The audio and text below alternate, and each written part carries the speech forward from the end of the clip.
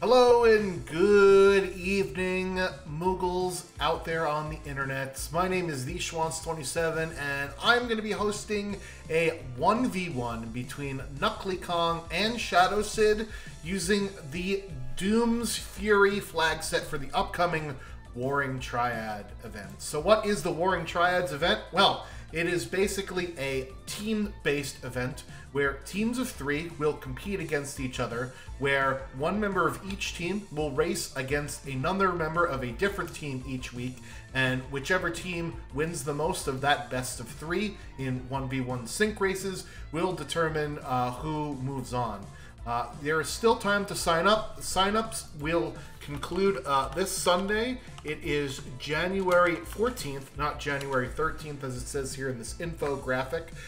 Rules and information on the sign-up is in the chat there. So what are we going to be working with for tonight's flag set? It is Doom's Rage. We are going to be starting out with 2 characters. In order to unlock Final Kefka, we need to get to 6 characters and 9 espers, so a bit of an uphill climb at the start here since we only have 2 characters. In order to get some positive status ailments, we are going to need to kill some dragons there. So 1 dragon gets us auto reflect, which might sound pretty good, but then again, that also means that your cure spells will be coming back at you as well. So we have to be careful about that.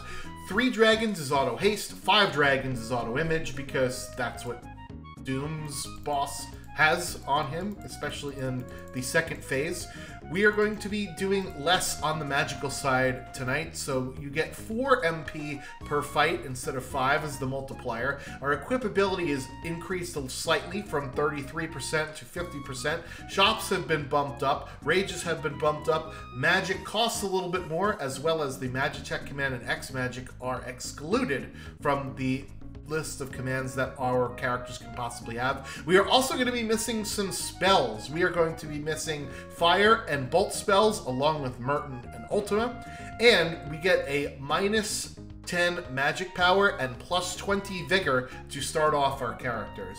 Our item rewards will include mostly weapons here, plus an ice shield and a mega elixir. So in this particular flag set, we have to really hone in on our skills, as we are going to be starting off with 2 characters, so we're really looking for that 3rd character as soon as we possibly can, because that will make sure that our runners will be able to hold down their own with some firepower. Let's get into the runners here on the left hand side with the lavender and black. It's kind of like mauve almost, is Knuckly Kong, and on the right hand side with the slate and blue with the green trim, Shadow Sid here, a longtime veteran. Whereas on the left hand side, Knuckly Kong, I don't think he's been on too many races, but he has been volunteering for the Restream staff, so we really appreciate him doing that. If you'd like to volunteer, make sure you join our Discord, and we have sign-ups for lots of different potential roles that you could be doing.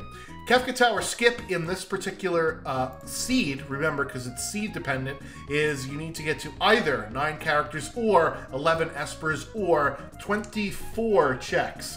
That's what the seed rolled up for us tonight. If this is me, I would be looking to go towards that 11 espers, because we have to get 9 to get into Kefka anyway. So I think that is the easiest way to get there. Our runners are going to be heading off here in just a second, but if you've got any questions in the chat, be sure to let me know here.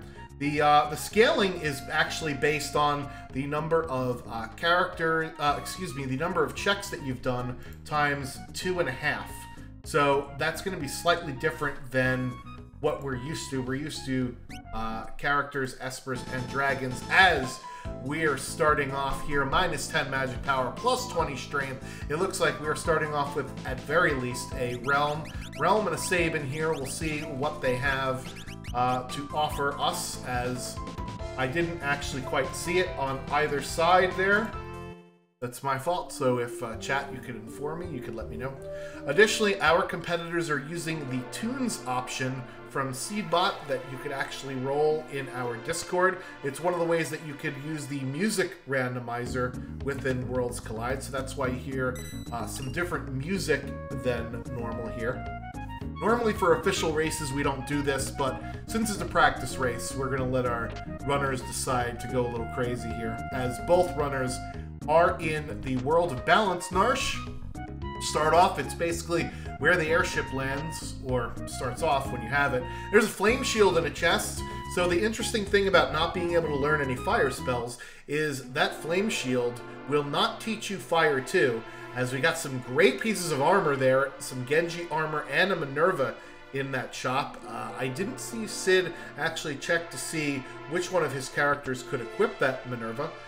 Usually it is just the ladies, so I assume Realm can equip that, but there is a chance that, you know, Sabin can, because that equipability, like I mentioned, is 50% random in this flag set, to really sort of focus in on the physicality of Doom as the statue boss here. So lots of use of the fight command. So we have a Sabin Sword Tech and a Blitz Realm. Thank you very much, Mr. Neradar, there in the chat for hooking me up with that 411.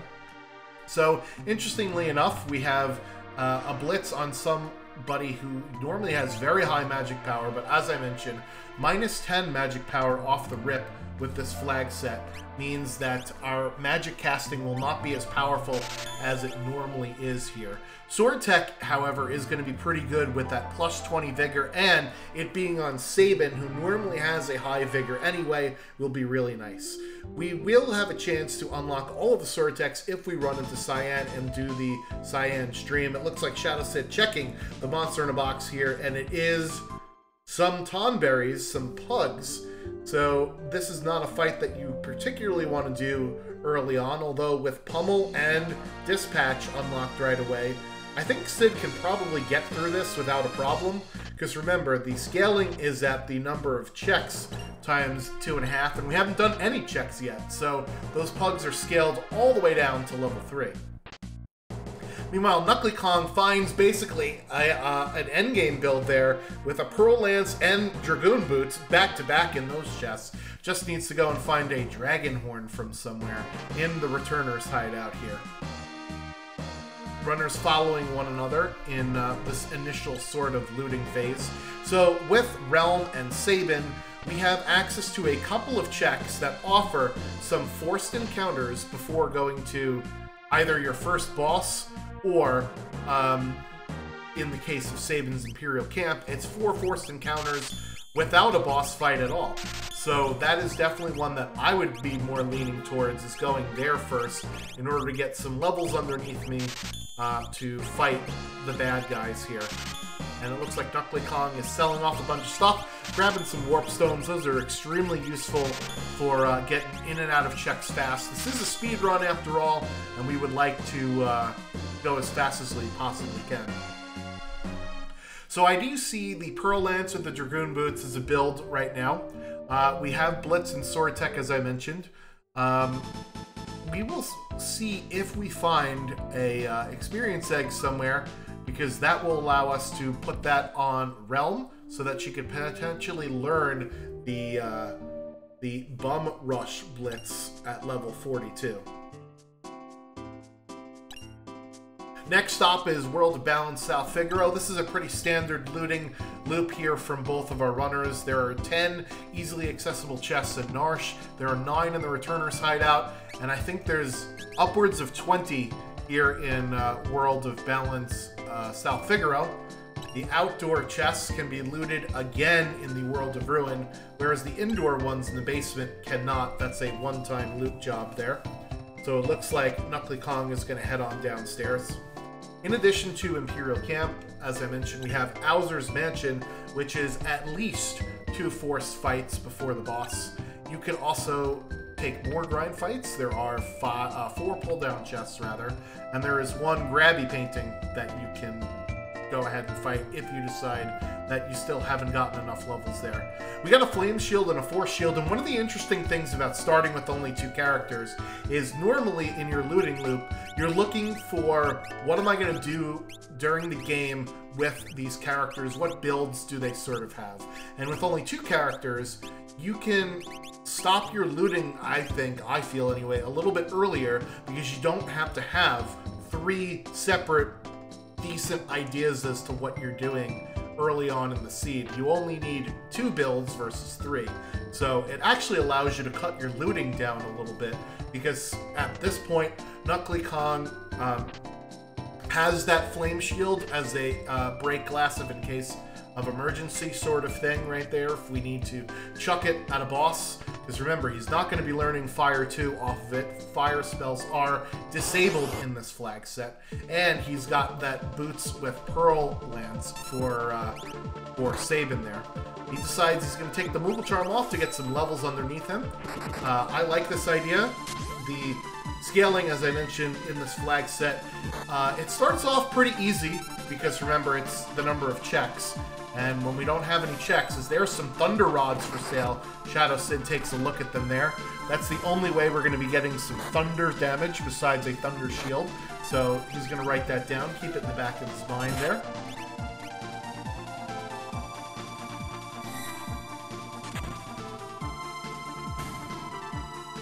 So what I've been doing in my runs here as well is free checks sort of get really interesting because they will crank up the levels of the enemies, and if it's not a character or Esper, you won't actually get more XP back from your enemies.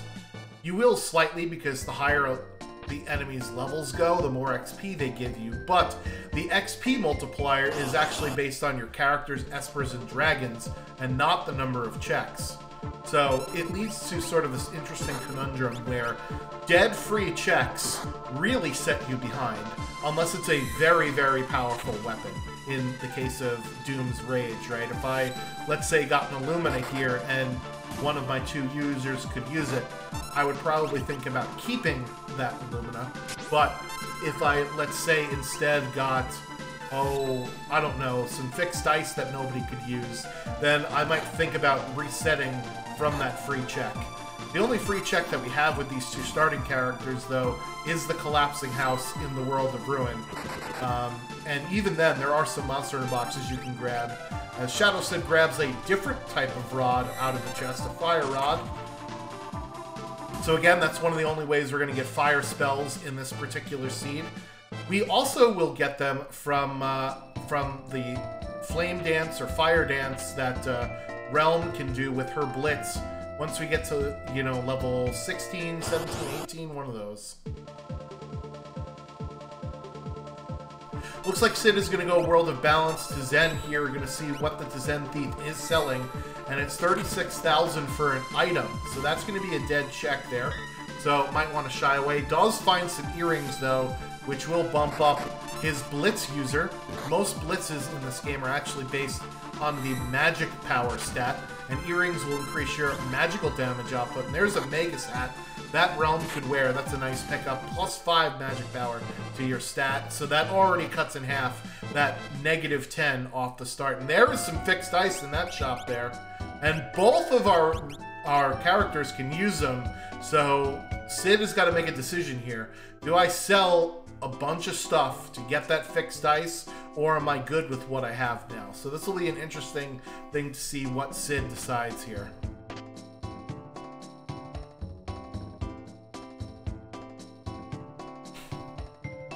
Yeah, so Knuckly Kong is getting his training montage on, as Mr. Neradar points out in the chat. Little Rocky 4 action there. And we'll see if Sid can afford this fixed dice. It's going to be tough. He might have to sell that Force Shield. He does have 2 Flame Shields, so he can afford to sell it. Because it is 20,000 GP. And that ribbon also sells for probably upwards of 10. So that's another good one to sell, along with all of these other relics. Relics are very highly priced in Final Fantasy VI. So usually selling most of them will get you where you need to go, and he's just about 2,000 short. So I think that Ribbon is going to have to go. There you go. See you later. Fixed dice for one of his characters there, and that's what he's going to do, as Knuckly Kong is our first runner into a check here. Going to see what Kefka's cooking up for Doma. Planning on visiting Doma? Don't drink the water, folks. Bring some bottled water. Meanwhile, it looks like Sid heading over to the World of Ruin on his airship.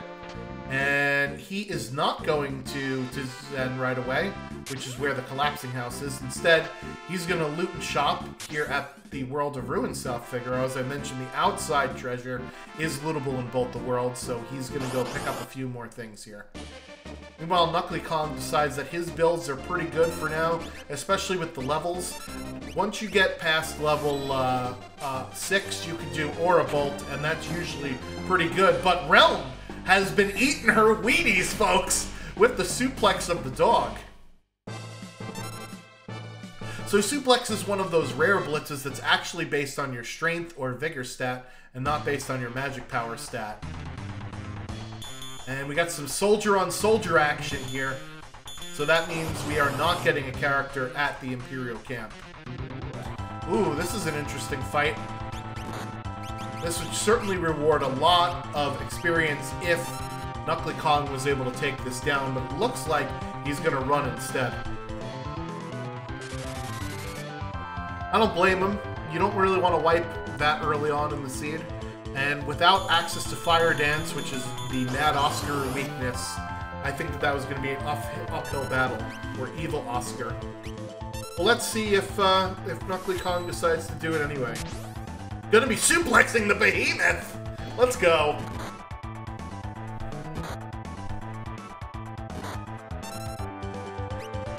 Any fans of wrestling in the chat?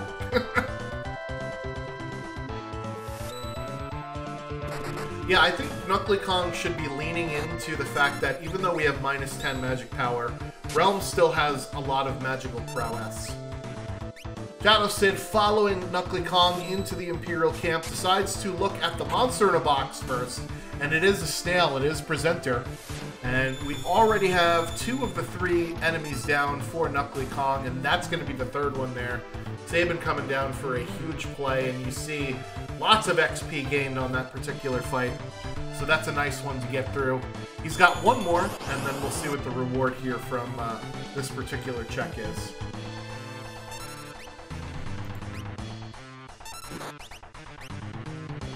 Always interesting to hear Final Fantasy VII music in Final Fantasy VI. But again, this is the Tunes Randomize option that you can find in our Discord if you want to roll Siege using Seedbot. And we are doing the Warring Triads Doom Fury flag set, which is our upcoming event. It's a team-based event where there will be 1v1 matches similar to what you're seeing here on screen.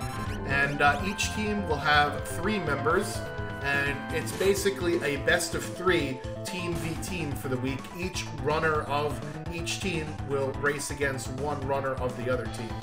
So let's see what we get here. It is, ooh, an Ice Shield dead check, but at least it's an Ice Shield where Realm can learn Ice 2 because Ice is one of the allowable spells in this particular flag set. So I would be thinking about keeping that Ice Shield anyway. Plus, you just got a ton of levels from doing that check. So we'll see where he decides to go next. And it looks like we're going to head to the Phantom Forest, which means we're going to go on the Phantom Train. And yes, we do have suplex, but remember, bosses are shuffled. So we might not necessarily get the Phantom Train here in the Phantom Forest. We can, however, check out what the reward is from the Phantom Train in the Caboose. So we'll see exactly what we're going to get from this check.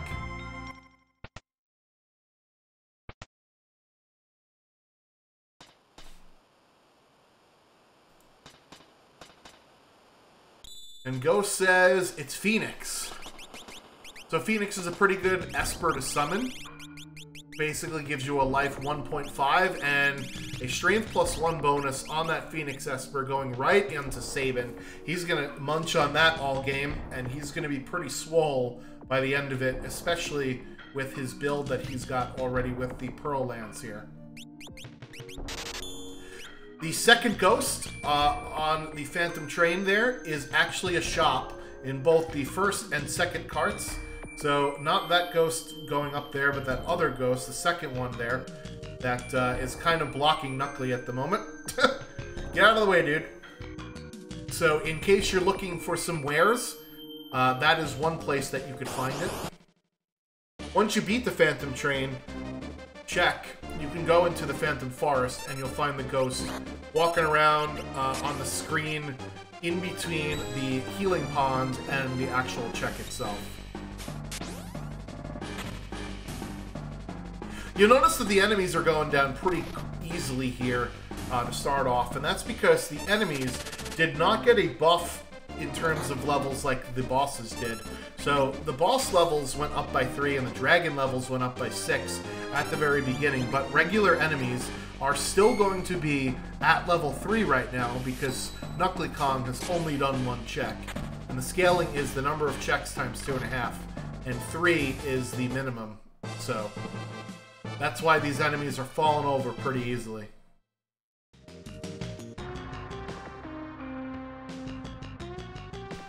Meanwhile, Sid is rolling his own way through the Imperial camp. They're going to pick up his ice shield from throwing that fixed ice away.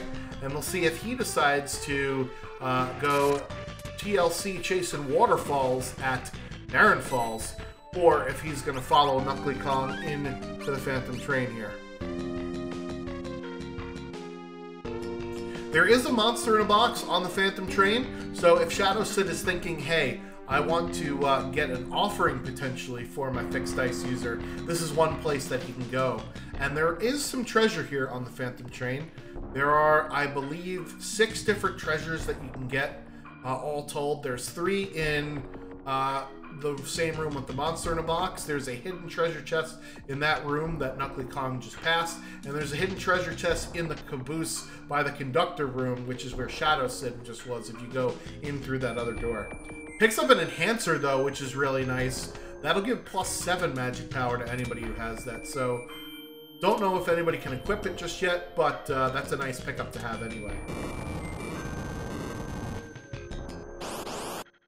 Now we're at the end, and what is the boss here? Oh no. It's the Three Stooges, and this is not particularly a fight that you want to run into very early on with this party composition.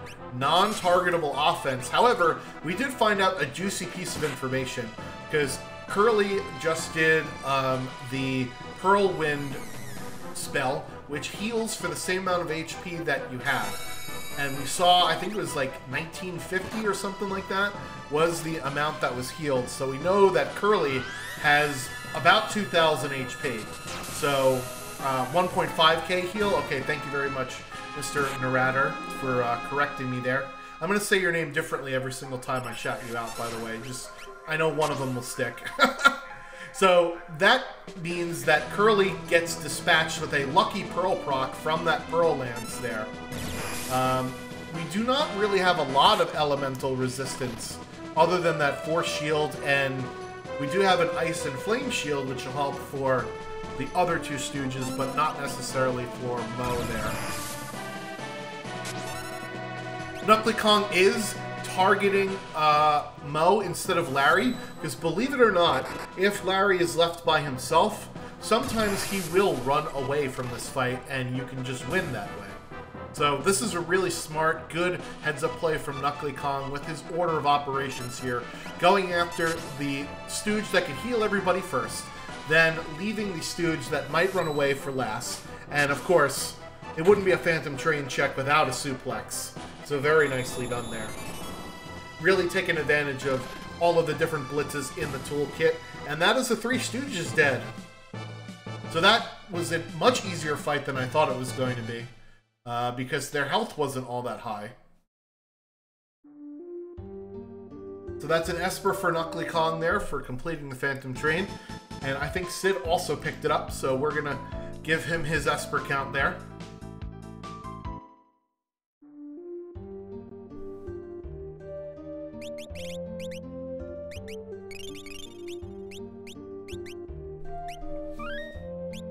Alright, Monster in a Box was just a Telstar for Sid.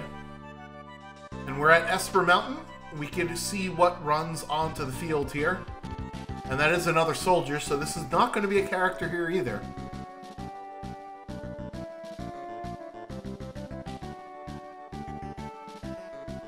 So in 2-character flag sets, one of the only positives is you have a lot less checks to do in order to get your next character.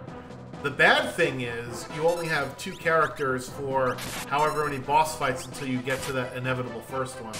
So let's see if Knuckly Kong tries to end this fight right away. If the pummel hits on Vargas, which it unfortunately does not, this fight ends immediately and you don't get any XP from it. So it looks like that's the route that he's going to try and go here. Or not. I don't know what I'm talking about. I'm not good at predicting, apparently.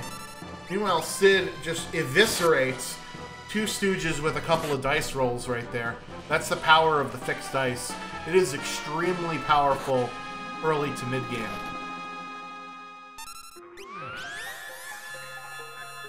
Looks like Knuckly Kong does want XP out of this fight, though. And I don't blame him. At this point, Vargas is kind of a pushover because we found him early enough. If it was later on in the speed run or in the race where we didn't need as much XP and we wanted to have things over quickly, then I might have leaned towards using Pummel there. And that's Crusader with X-Zone and HP plus 100 for that bonus there. So it looks like Knuckly Kong is going to put that onto Sabin. I might have put that on Realm, just because Realm is going to continue to use Blitz with Aura Bolt and all those other things, so.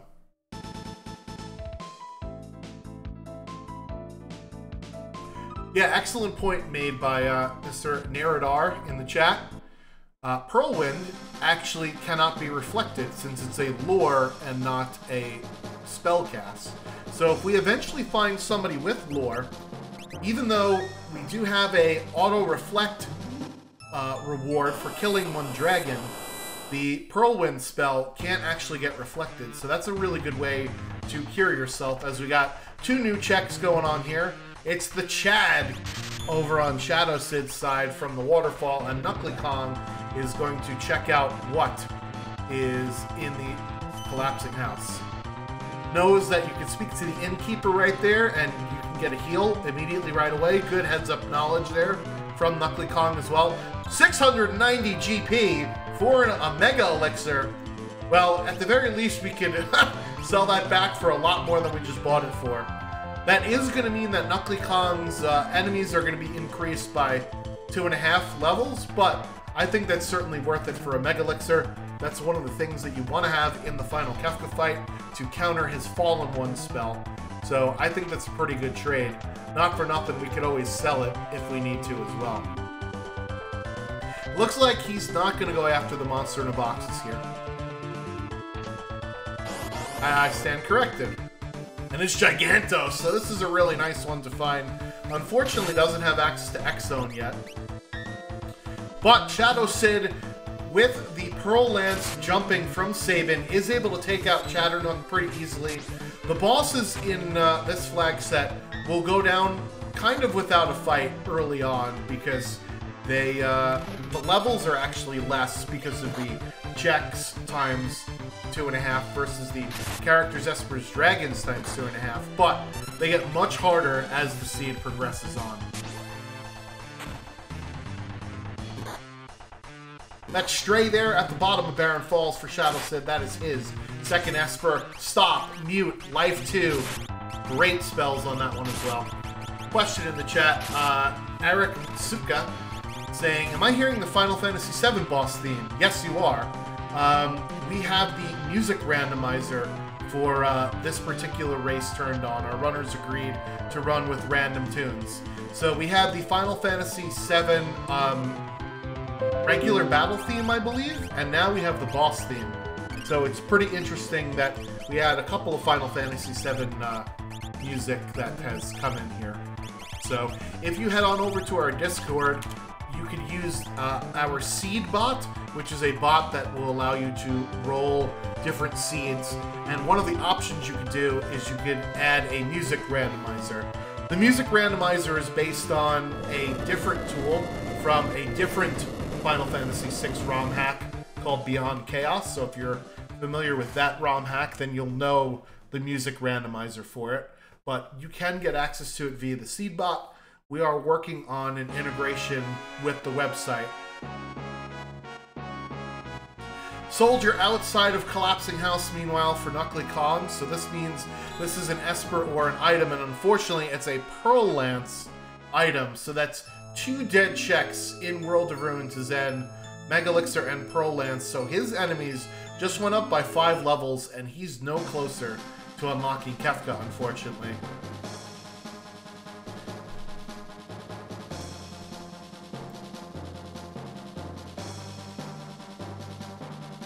So for the battle music in the music randomizer, it's actually split up into 4 different sections.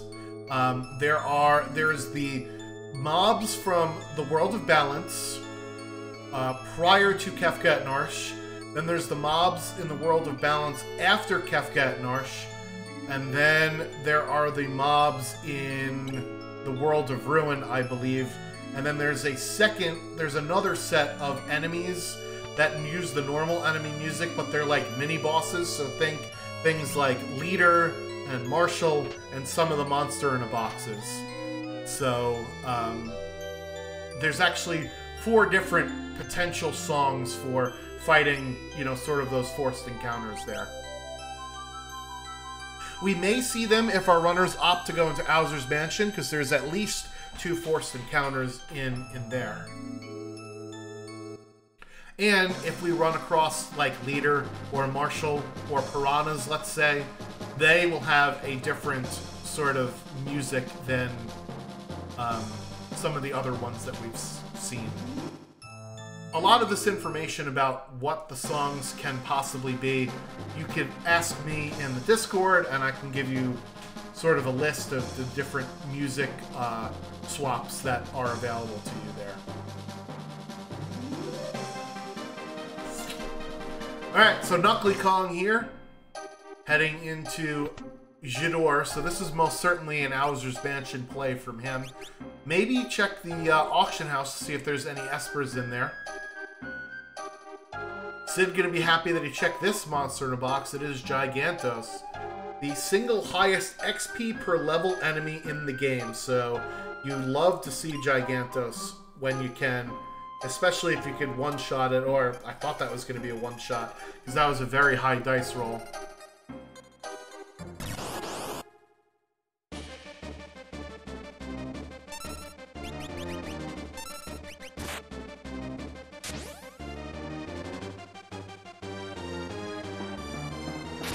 So also for the music randomizer, an interesting thing is that the statue bosses, the dragons, Magimaster, Kefka at Narsh, and I think Doomgaze all have the same song. Whereas in the vanilla game, it's everything but... Oh, and Atma Weapon too. In the vanilla game, it's Atma Weapon and the 3 statues have a different boss music than everything else. Right, so the music randomizer gives slightly different music behavior than what you may expect. It actually gives you more variety of tunes than the original game does. Alright, so Shadow Sid at the end of the Collapsing House here is going to get his unfortunate dead check, Pearl Lance. Meanwhile, feeding some jerky to Realm, who got knocked over, and it's another Gigantos fight here. And Knuckly Kong's going to take care of it right away with a Fire Rod. Or at least try to. Oof. That was not the kind of damage we were looking for there. Probably would have been better off using Sabin to, rather, using Realm to throw that.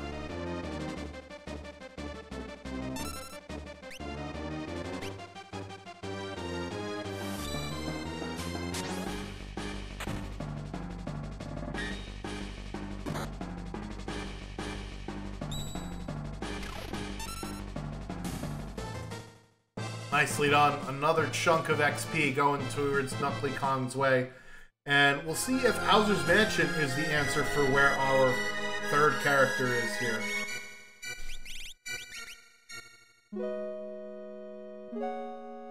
Shadow Sid, meanwhile, deciding to go to Mount Colts instead. Mount Colts is certainly faster than Bowser's Mansion, so I can get behind this play here. Because we're down to Bowser's Mansion, Mount Colts, and Kefkat Narsh. Those are the 3 checks it can be for our character. So, boys and girls, what do we think? Predictions in the chat very fast. I'm going to go Mount Colts because I like Mount Colts. It is not Bowser's Mansion. So let's go with Setzer at Mount Colts. That's what my prediction is for our next character. Chat, I would like the character and the location. And it looks like Knuckly Kong is going to chuck this ice shield here.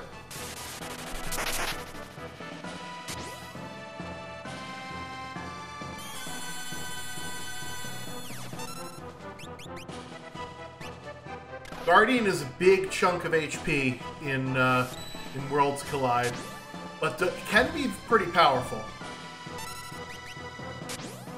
Especially with a bunch of his AoE attacks and things like that. Meanwhile, Shadow Sid at Mount Colts is finding Ifrit and Shiva, so normally this fight is not really that big of a problem. However, in these flag sets where you don't have access to certain elemental spells, certain bosses like Ifrit can usually be difficult. Thankfully, in this flag set, we do have access to ice, and we learned it from that ice shield there. But I think Sid is going to be using his fixed ice to get out of this particular fight here.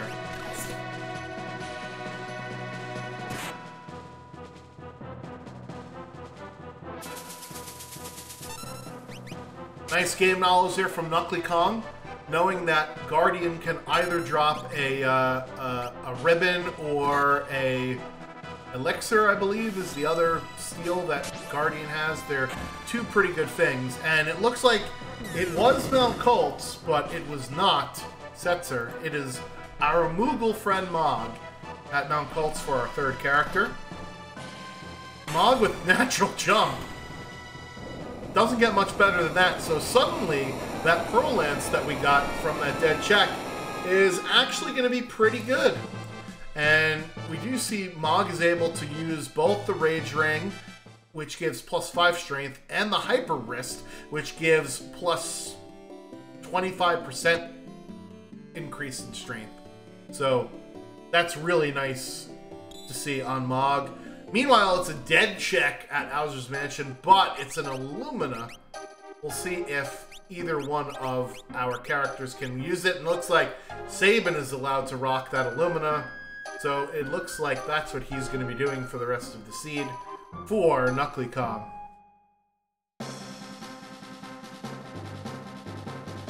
Unfortunately, he still, I think, has the Dragoon Boots on Sabin.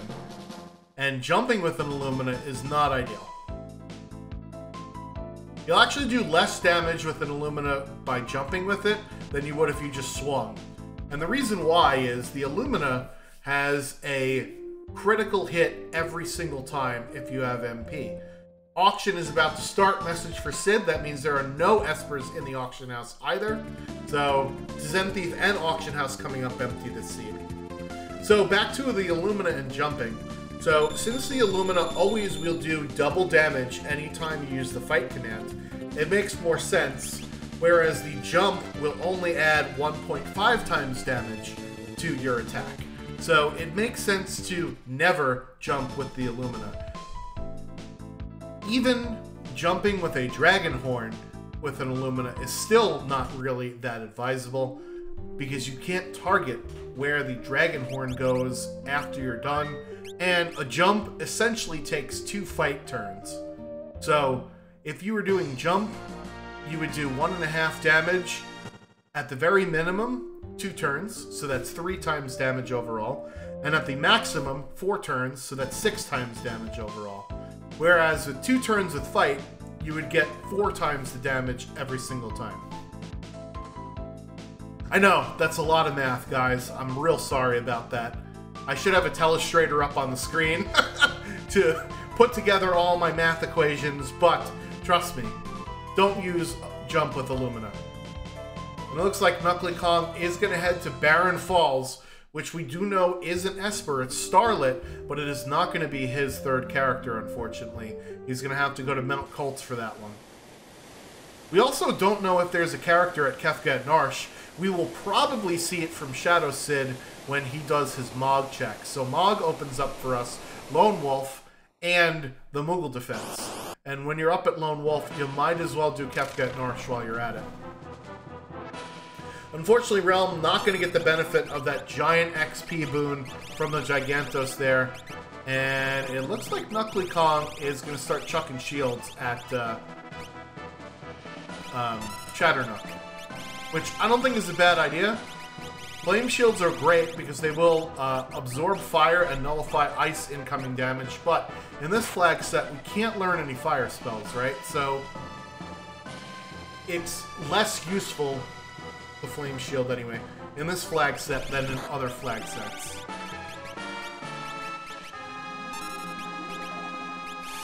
So here comes the first flame shield, and it does almost max damage. Second flame shield coming out, and that's going to take care of Chad 2 hits.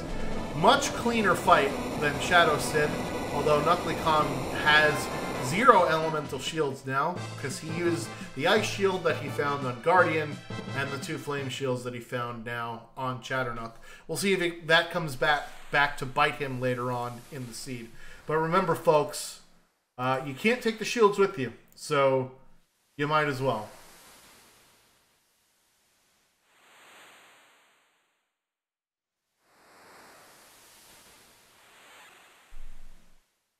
Alright, at the bottom of Barren Falls, this is an Esper, as I mentioned, that is Stray. And Shadow Sid is going to get an Illumina here from the end of this check. So we might see that Illumina go right on Sabin and have him switch from his jumper.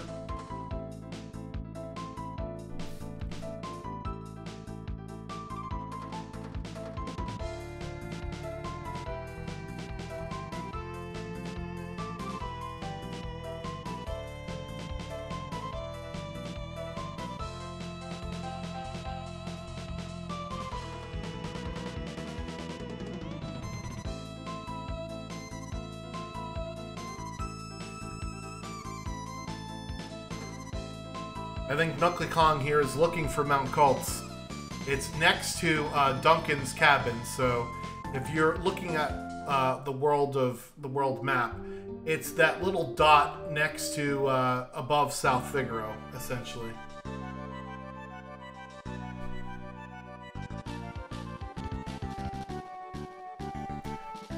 Yeah, so Shadow Sid did sell a lot of things in his inventory in order to get that fixed ice, but it did allow him to surpass Knuckly Kong in some of these battles.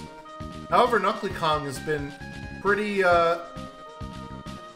liberal with his shield use. He's just been throwing them at things, and that's what I think is keeping this matchup so close right now, as the only thing that's separating these two runners is the Mount Colts check here for Knuckly Kong.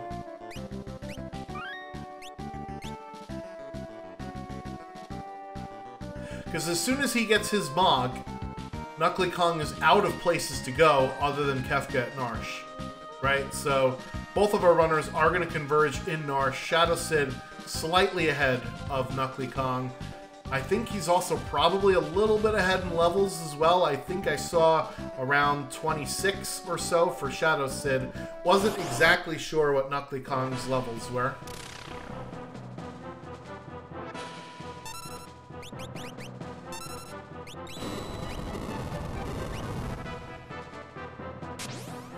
The problem is going to be this fight here.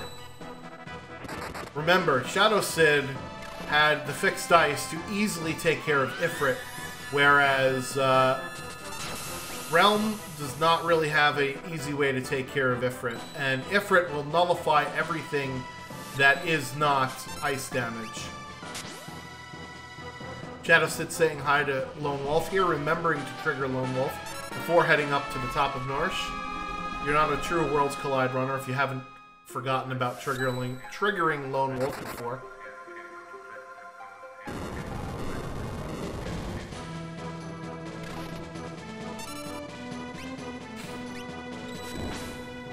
Yeah, so Knuckly Kong jumping with this Illumina is not ideal either. So this is potentially a teachable moment in this scenario. Ifrit has pretty high physical defense as well. So this 4-slice thing here won't do that much damage. But the Dispatch would do a lot of damage because it ignores defense.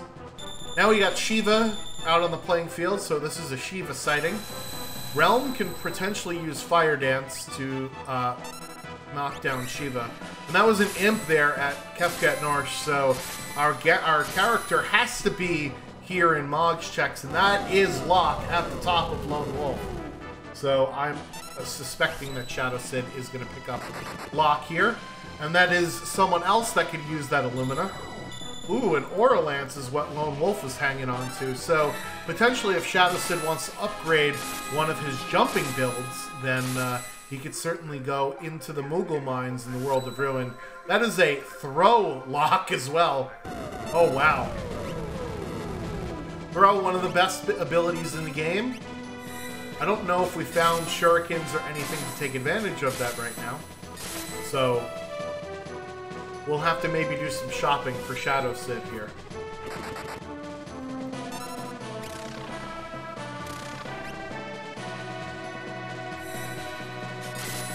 Yeah, the Ifrit Shiva fight taking a very long time, unfortunately, for Knuckly Kong.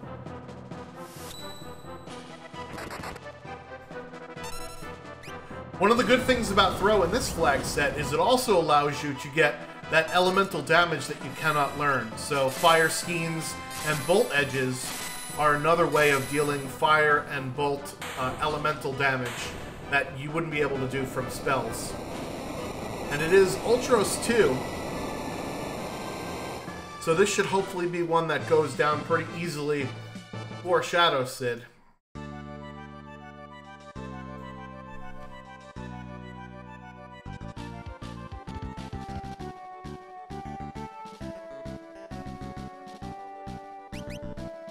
Yeah, so Knuckly Kong is at level 25. Shadow Sid just ahead of him. He's in the higher 20s, so level 28 or so. And that is Shiva there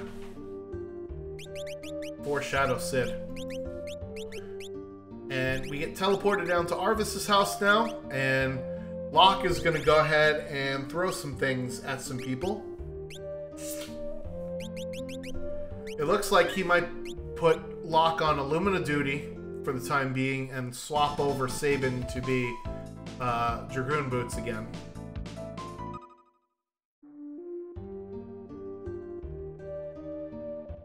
Meanwhile, Knuckly Kong knows that he's out of stuff to do except for go into Narsh here, so he's going to do that. Meanwhile, that Esper at the top of Narsh gives +2 strength. That is Edgar at Moogle Defense, so a couple of characters here from Mog's checks.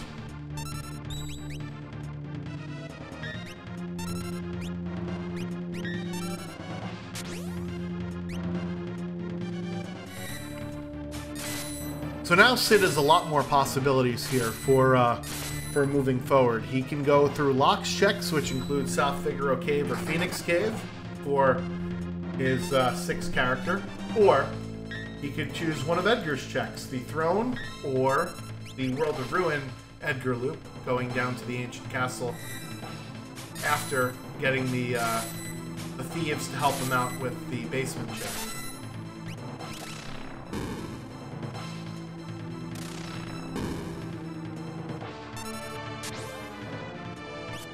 Meanwhile, Knuckly Kong is going for this Pugs fight here in order to get that Minerva. Pugs have 100% evade, but Illuminas will never miss. So that's kind of like a Mexican standoff there, if you will. Unfortunately, not getting any Minerva drops and not getting any MP from that fight to learn these spells either. He must know all the spells that he's got. Meanwhile, hiding in the Hide Knights and a beautiful Pearl proc there from Locke on this fight. doing almost 5,000 damage. Shadow Sid with some nice heads-up play there, knows that 3 of the 4 Hide Knights can actually be instant death there, so clearing them out with X Zone, so that this way, if there's some randomness in the targets, they won't get hit. Plus, it's always nice to deal with the things that are going to give you incoming damage, like that Confusion Claw or that Mega Claw might knock your party out. And a couple of timely Pearl procs get Sid past Haydn there, one of the weaknesses of the boss.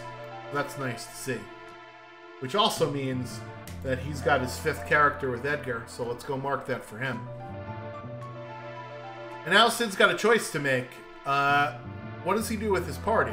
Because Edgar can naturally use that Illumina, and Edgar can also naturally use the spears that we've seen. And it looks like he's going to be left on the bench temporarily. Meanwhile, Sid, does he have warp stones, or is he just looking for chests? He's going to go grab the one chest before warping out there. Yeah, 13 magic power on Edgar with Dance. That's not ideal. But, as I mentioned, in this flag set with an emphasis on physical damage, I think I may have chosen Edgar with an Illumina, or even Edgar with a jumping Aura Lance over Realm, perhaps, but Realm's magic power is pretty good. Alright, so Knuckly Kong is going to take Locke and is going to run out of here. Not going to bother with Kefka at Narsh just yet. We do know that that is an Esper, so he's going to be missing out on an Esper, but he already knows that his next character is not at Kefka at Narsh. That is Raiden on the Figaro throne there for Sid. With the Pearl spell, Pearl is actually one of the best spells in the Warring Triads flag sets, because you're not guaranteed to get tier 3 elemental magic due to the fact that you can't learn 2 out of the 3 of them. And there are a bunch of different bosses that are weak to it.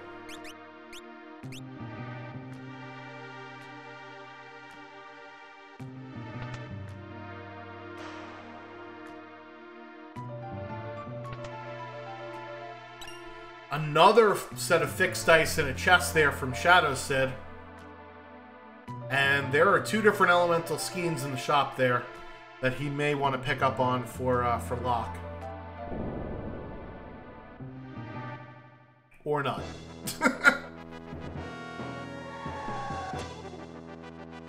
Because remember, his Locke is using the Illumina, right? So yeah, I would have done Illumina Edgar. My jumper is on Sabin and Mog, and then throw for Locke.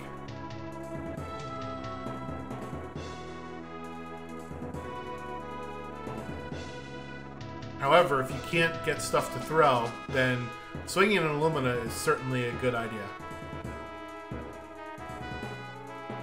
Knuckly Kong sees that it's Edgar, and he's probably going to be pretty happy here. So, just a check separating our 2 runners here.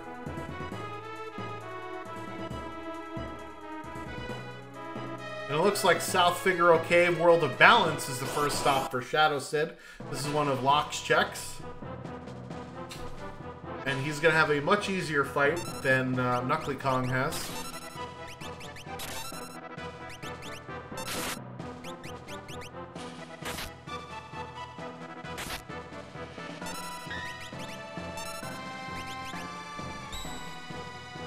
The other thing is, Realm is using the fixed dice, and Shadow Sid knows that Realm can use the fixed dice, so that's what his build is going to be, is using the fixed dice there on Realm.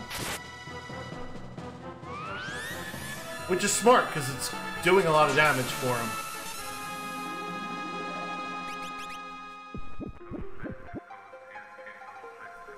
There it is, Ultros down already.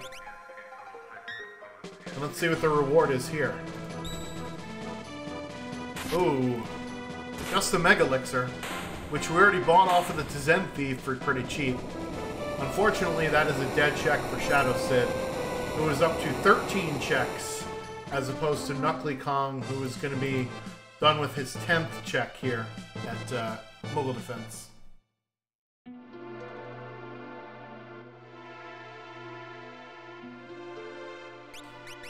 Yeah, that's the thing with fixed dice, unfortunately, is that as you get higher and higher levels, you're going to want more consistent damage. Fixed dice's top is certainly less than that of other weapons. So since we got an Umaro on screen, on the one side, make sure you go follow our runners. Links are in the chat there. Make a little Umaro pop up on Knuckly Kong's stream, of course. And that was an Esper from Sid at the Norse Weapon Shop. Let's see what the curse shield count is. It's 9, which is a bit on the high end, especially this far into the seed. The minimum in this flag set is 6, and I think even if I would have gotten a 6, I'm kind of way too late in the flag set to go ahead and do that. It was Fenrir at the Norse Weapon Shop, so that's a great one to have for calmness protection in their final fight there. And Knuckly Kong, unfortunately, going to fall victim to this dead check here.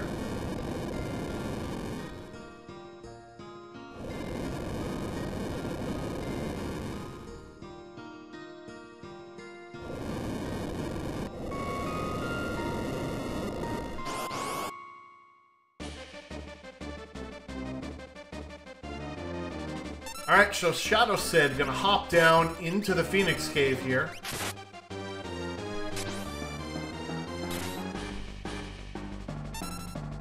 Will be able to get the reward at the end, and additionally, will be able to potentially fight a dragon.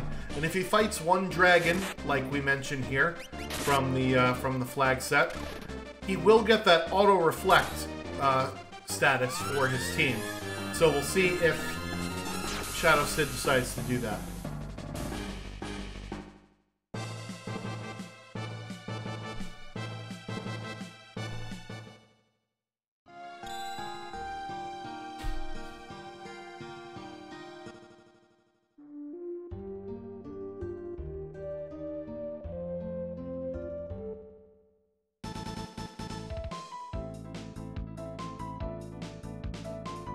Alright, let's see where Knuckly Kong is going to go here. And it looks like he might be going to... Nope. He's going to go to the Norse Weapon Shop here.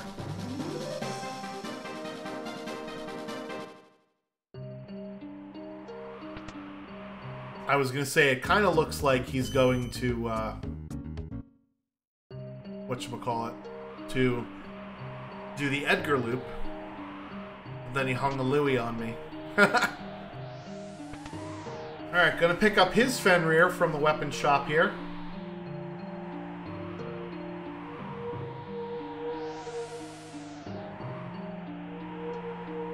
The other choice is an Atma weapon, so if we eventually find Terra as our potential 6th character, if we go behind the Welk spot, that is where we could find an Atma weapon for someone.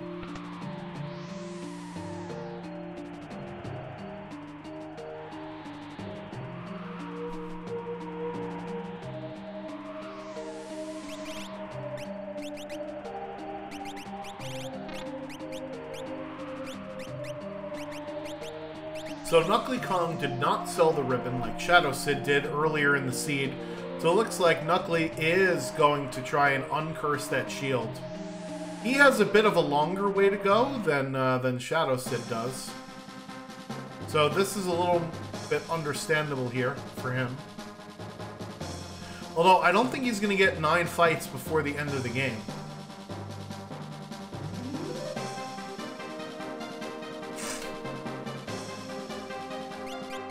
Meanwhile, Shadow Sid here is going to take on this dragon.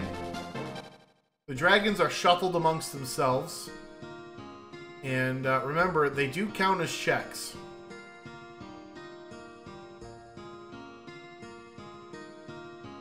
Meanwhile, some new 411 here for Knuckly Kong as he's heading into Edgar's stuff, and it is Cyan So Ragnarok 784 said that we are going to find cyan in this seed. Not necessarily our third character, but definitely one of our characters here.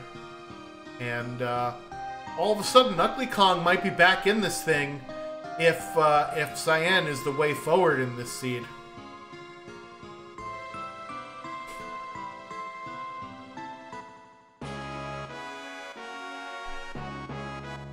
The other interesting thing about finding cyan here is that we have a Sword Tech Sabin. So if we head through Cyan's Dream, which I know Rexol is salivating over,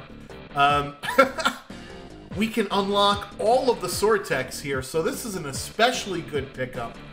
If this was me, I would have to seriously consider short-circuiting out of Edgar's Loop to go do Cyan's Dream immediately after this.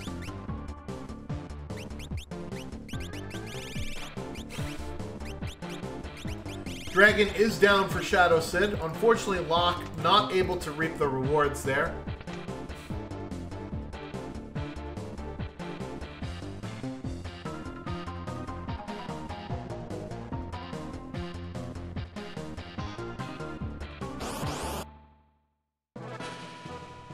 And it's a pretty easy boss here at the bottom.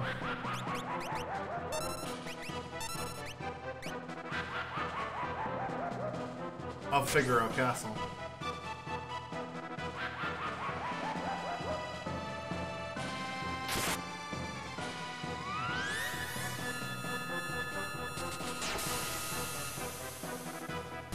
So now here's the big question. What is at the end of the Phoenix Cave or Shadow Sid? As that is a cyan there for Knuckly Kong. It is an imp for Sid. Is it an Esper though? It is an Esper. And it is Kieran. So Sid in a commanding Esper lead now. But Knuckly Kong has cyan. So we'll see if he decides to continue with this Edgar loop or if he short circuits out here. Meanwhile, Sid is hot on the tails going to go check this Edgar loop. Because he's done all of Locke stuff already with the Phoenix Cave and South Figaro Cave.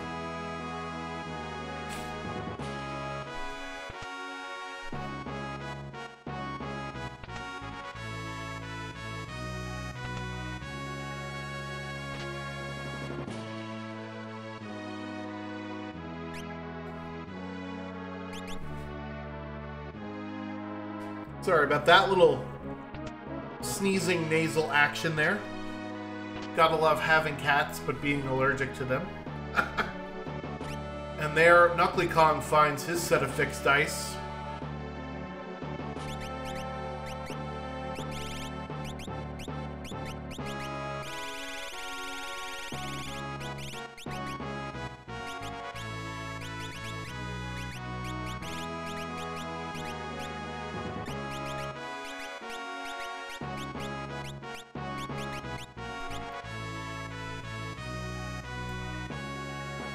Alright, so Knuckly Kong will eventually get up to the throne, where there is an Esper waiting for him.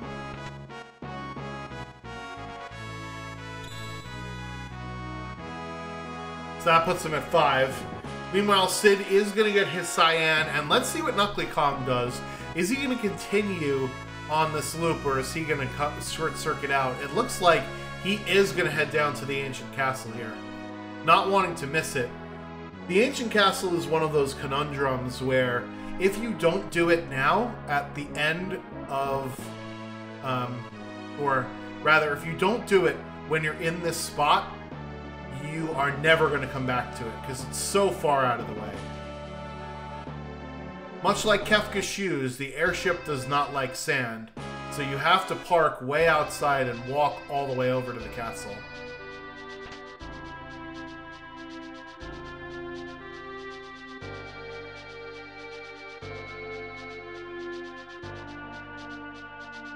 Alright, so that's our tool, cyan for Shadow Sid.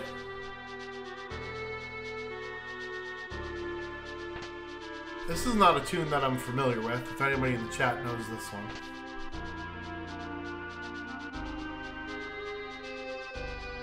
got that mooting piano.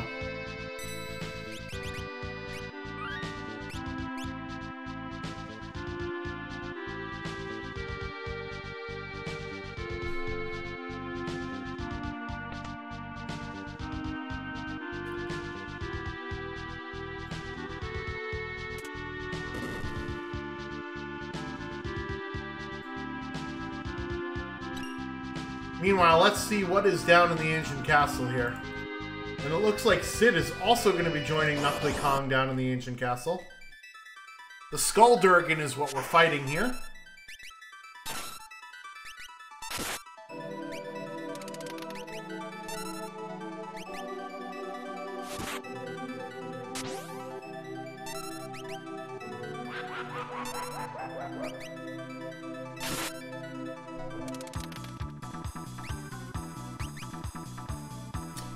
Alright, so Ancient Castle is Tales of Fantasia, Morlia Gallery.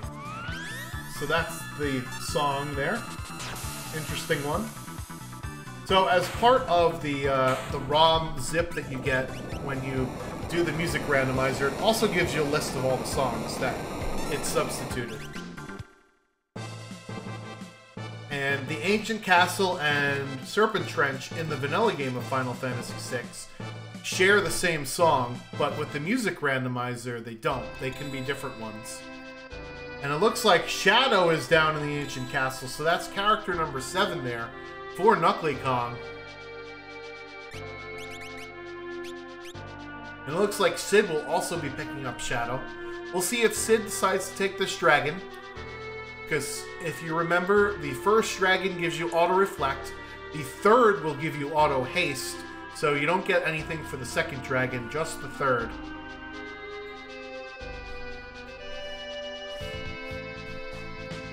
Shadow Sid's still looking for an offering.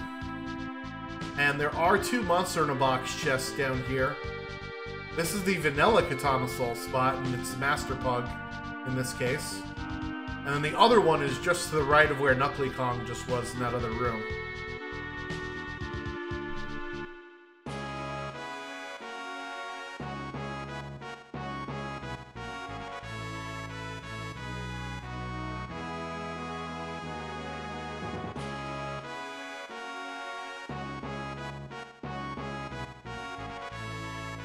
Yeah, there are definitely options for dragons. The problem with taking a dragon in Kefka's Tower is that unless you're using your whole party in a particular lane, then you only get XP for the characters in that fight.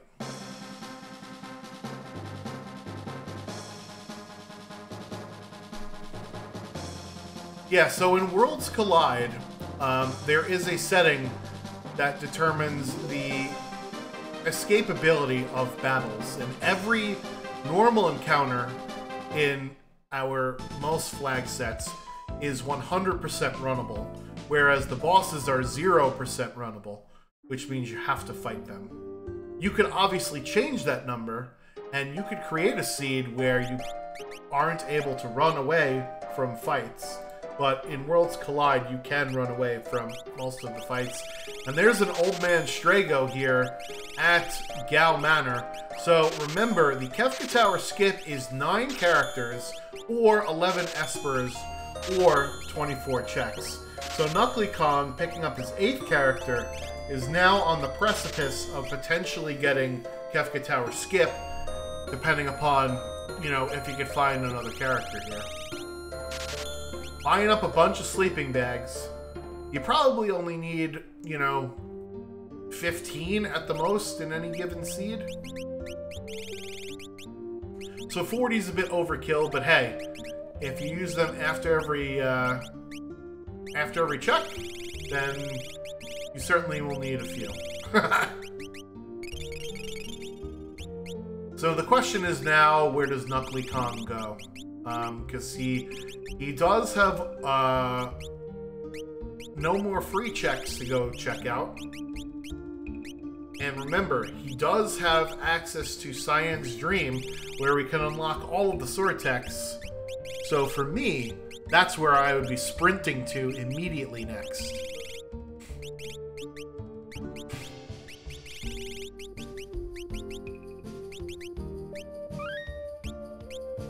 I guess you can call Mount Zozo a free check, even though it actually literally isn't free.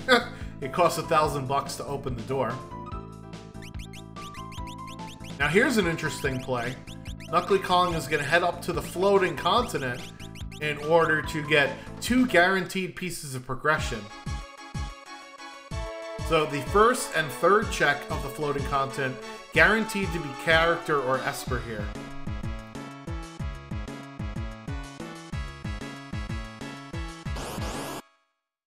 Sid forgot where he parked his ship. Happens to the best of us. That's why we all have little beepers with us, right?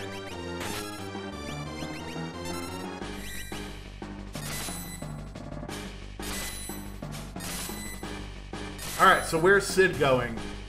He's immediately heading over to the Velt Cave, which is a peekable check. So for him, he just needs 2 more Espers to unlock Final Kefka. So he's going to go after checks that he can go take a look at before he can decide whether or not he wants to complete it.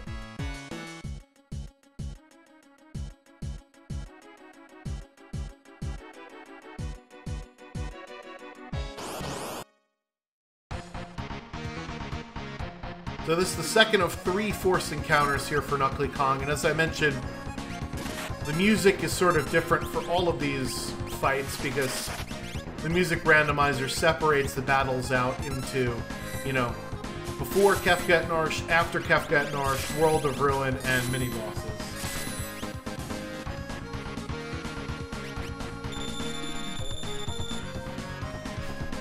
Locke, meanwhile, taking a seat from getting hit. Oh my goodness! That's a lot of damage, Phil Swift.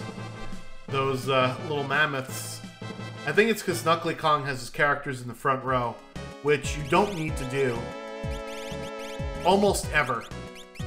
There's a few weapons that require front row, Valiant Knife, Atma Weapon, Ragnarok, but keep your characters in the back row, they'll take half the damage from the physical attack.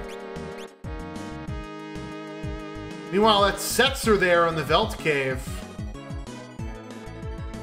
So Setzer is really nice in Shadow Sid's position, because Setzer can unlock the Search the Skies spot, which is an Esper or item only, and has a quick check at the Colon Janin.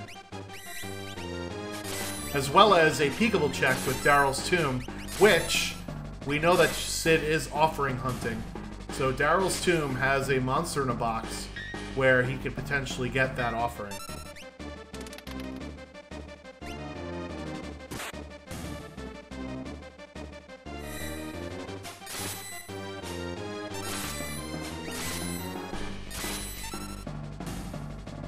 Alright, third forced encounter there down for Knuckly Kong, so he's going to have to fight 2 bosses here.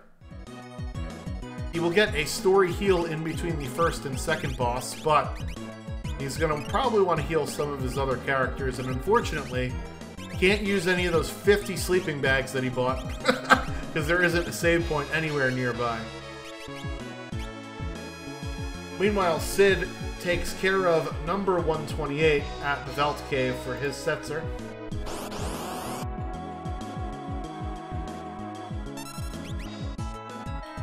Ooh, here's another boss that is quite a problem. It's Tritok. Tritok can only be damaged by fire stuff, so that's why you see Fire Dance coming out here. Little fire scheme getting thrown. Dispatch will work because it is it's defense ignoring rather. Pummel will also work, but this Pearl Lance jump from Mog is not going to do any damage. And Sword Tech 4 does not ignore defense, so this is not going to do very much damage either.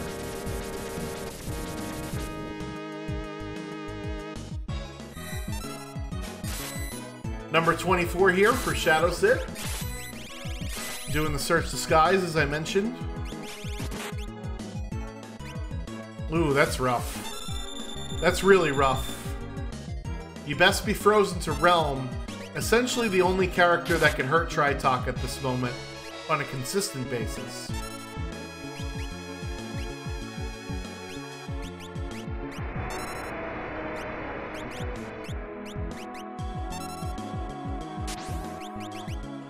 Ooh, Lock and Realm go down. I guess the positive thing about that is that Realm can now be revived much quicker than she would have had to thaw out there.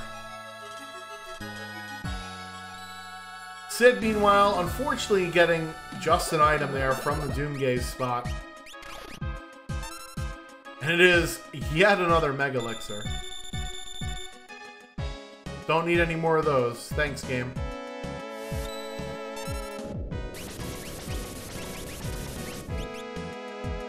Meanwhile, let's see what is at the Engine in, rather. It is Gollum. No, Gollum is the Lord of the Rings character. That's Golem. For Sid, so that's Magicite number 8. And at this point, we have to start thinking about the possibility of skip for Sid, because he does have 8 characters. And it looks like he's still going to do his peekable checks here. Oh, he is going to find Estrago there at Gal Manor in order to get his skip. So he's going to be happy to see the old man.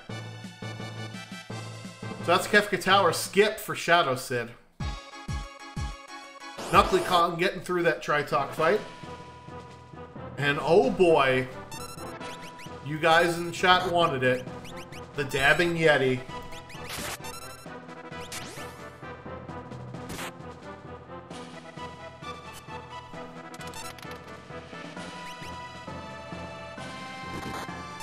Ooh! See you later, Realm. So yeah, Umaro don't play when it comes to physical offense. Meanwhile, Shadow Sid here heading into Mount Zozo. So he will probably get his 3rd dragon here, along with this other reward.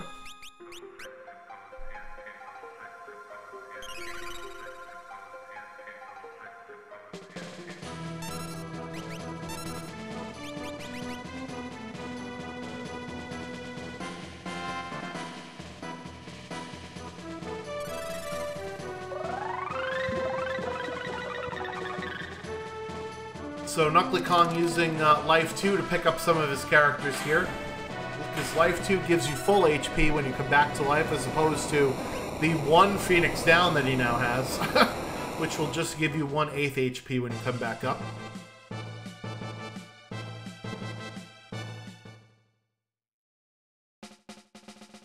And it's Gao at the Floating Continent. So Knuckly Kong is going to get his Kefka Tower skip here. A slightly different skip than Shadow Sid has.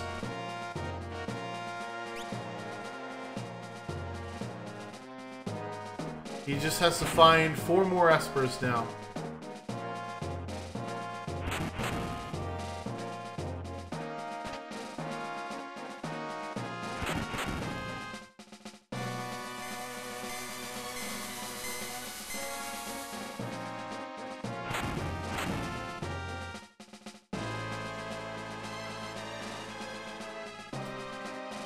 Yeah, we'll probably see what skill Gao has when we get into Kefka's Tower. At this point, it's just quicker to just exit out of the menu than bother looking at the skills, because even if Gao had, like, throw and shock, it doesn't really matter. He's not going to get into the party at this point. That's Ragnarok the Sword for Shadow Sid, taking down that Vanilla Storm Dragon there. And we'll see if Sid is on the road to Kefka's Tower unlock here. Unfortunately, he is not.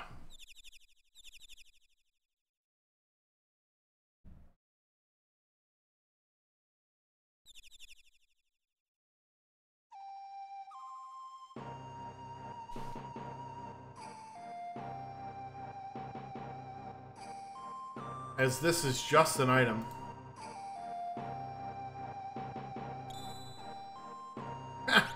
More fixed dice.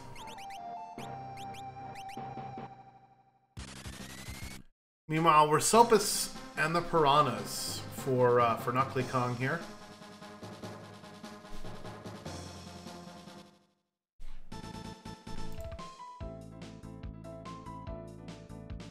Yeah, so Sid's got a few more checks that he can peek. This is one of them, Doma Siege. Make sure you save outside of it. Because once you trigger this fight, there's no coming back.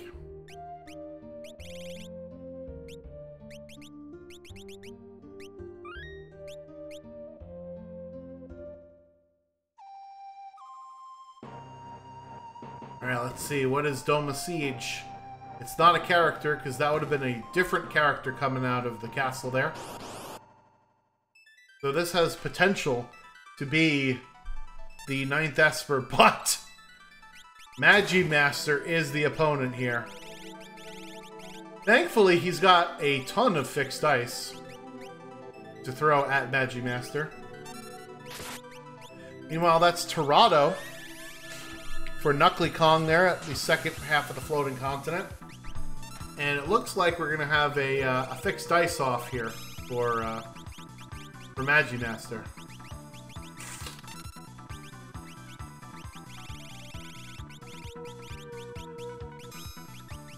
Thankfully, 3 out of the 4 characters in his party can use those fixed dice.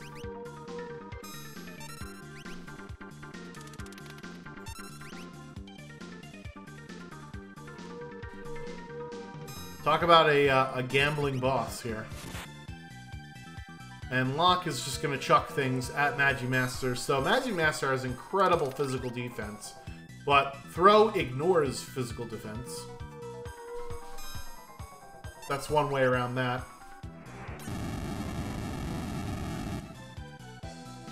Oh my god. 4K Merton there. Sending Locke back to the floor. Meanwhile, it's the second half of the third part of the floating continent. Here for Knuckly Kong is second of 2 forced encounters, and then he's got the boss at the end here.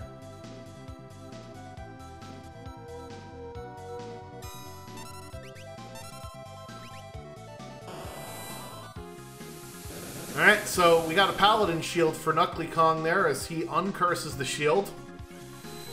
So Perseverance pays off for him. And thank goodness I have a pop filter. Perseverance pays off. Don't say that into a bad microphone.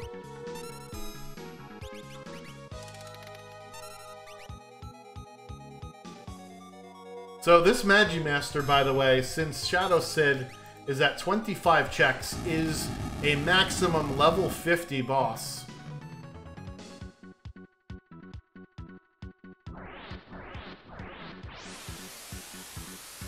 Meanwhile, it's a also level 50 boss for Knuckly Kong, but this is Welk, and you gotta listen to Vix and Wedge. Don't hit the shadow. The shell, rather. Wait for the Welk to come out of the gruel hole, and here we go.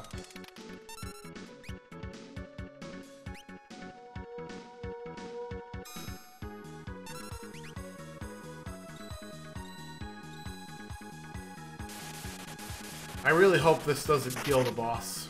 Oh boy. Of course, I should just stop talking. I should not say it. I'm sorry, Sid. That one was my fault. You can put that one on me, dog. Knuckly Kong getting an Esper at the end of the floating continent, so 1 character and 2 Espers. So that's not a bad floating continent for him, as he's able to get Skip, and he's got a ton of checks still to look for characters at. Rather, to look for his Espers at. Here's one of the good things about having auto-reflect is this Magimaster fight becomes a bit easier as down it goes, finally. Unfortunately, with ability scaling in Worlds Collide, that means that Magimaster may cast spells that cannot be reflected. Like Merton, and all that for an Aura Lance! Oh no! It's a travesty! You hate to see it happen, folks. Meanwhile, Knuckly Kong is doing the thing I said he should have done after the Ancient Castle, which is heading into Cyan's Dream here. So, there is 1 guaranteed piece of progression at Cyan's Dream number 2, but the first and third parts of the dream are Esper item only, so I like this play from him here. even if it is, you know, later than I would have wanted it to be. But he's heading into a place that will probably get him his go mode. Meanwhile, Sid heading into Daryl's tomb. We'll see if he decides to dig in that monster in a box for that offering that has been ever so elusive. I think there's only 2 more spots it could be. Actually 3, because we didn't see the monster in a box on the floating continent. So floating continent's one of them. Daryl's tomb is another one, and then Umaro's cave is the last monster in a box spot that we haven't seen yet. So there's a 1 in 3 chance for Sid that his offering is here. And it's the Ultros that doesn't give any XP for Knuckly Kong. Chupon finna sweep right behind Ultros here. And there it is.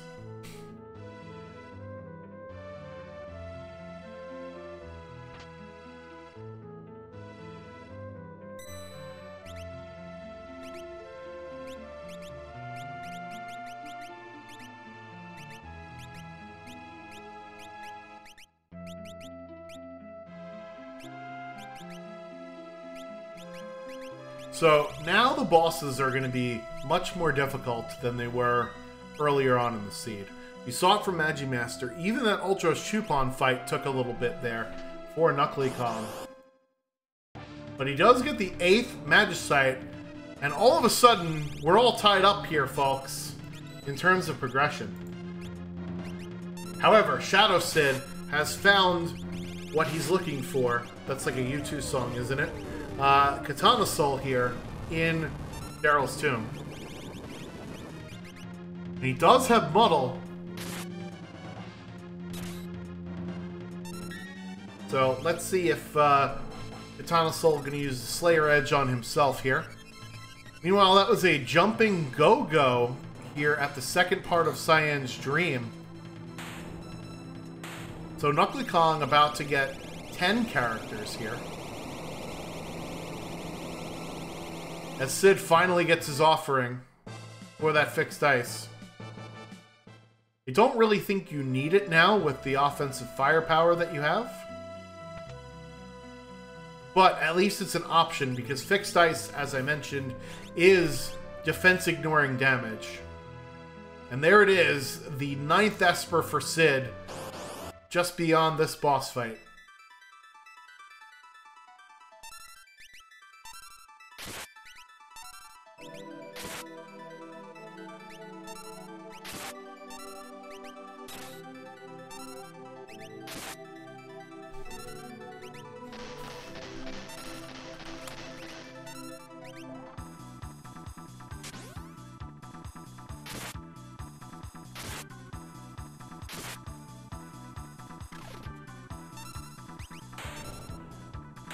There it is, Atma weapon down.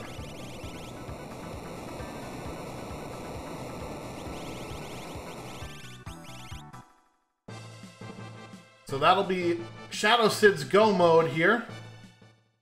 And he's already got his skip, so he will be able to head right to Kefka's Tower.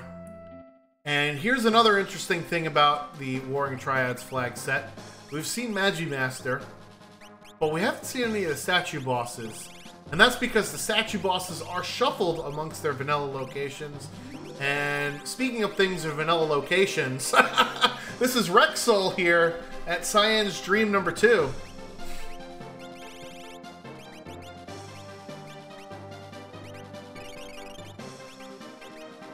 Thankfully, we have lots of physical offense to dish out at Rexol.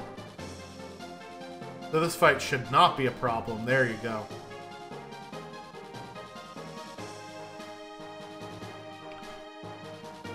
Sid, meanwhile, going to hop into the statues here now.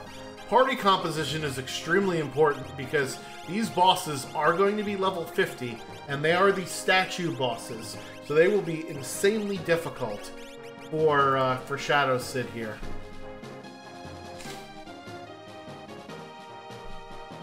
Knuckly Kong picking up Go-Go, and let's hope for him, and for the sake of us here watching, that there is an Esper on that Figaro throne. Or that Doma throne, rather. Meanwhile, we do have every single sword tech available to us now for Sabin, and that is Ragnarok the Esper there on the throne. That's go mode for Knuckly Kong as well.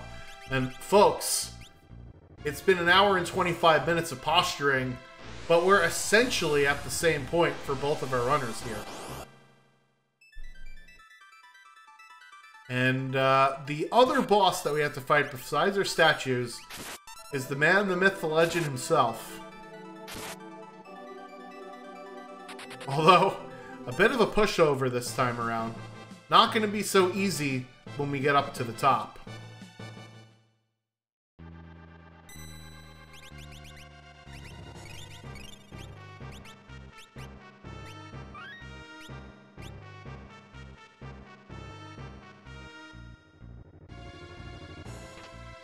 Another reminder for you all in the chat. Go give our runners a follow as they're getting into Kefka's Tower here. The hardest part of the seed is right now. As the Final Fantasy X Seymour theme rings out across our statue fights here.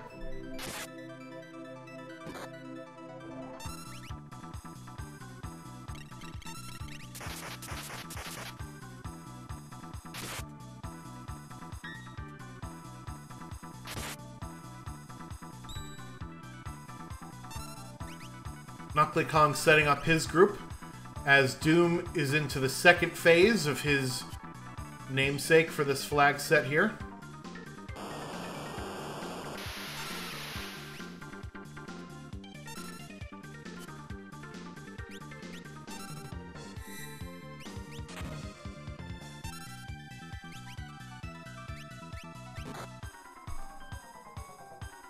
A lot of HP on Realm though.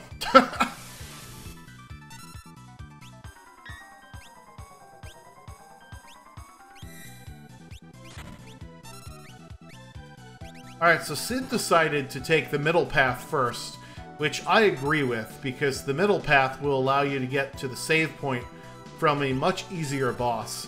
Whereas, if you go left or right first, you're going to have to deal with a statue boss before you hit your first save point. Remember, we are at Phase 2 of Doom, so he does get the image status. Thankfully, Sword Tech 7 will chop right through that. Down goes Doom. The first of 3 statue bosses there for Sid.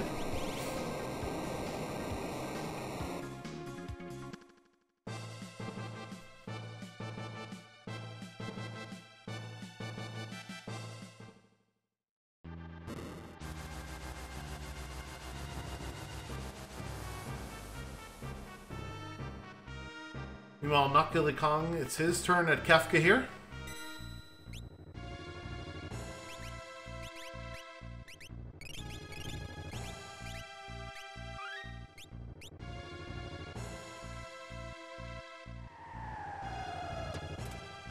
Alright, so let's see who our other, or where our other 2 statue bosses are. So for Sid, he's going to choose his right party.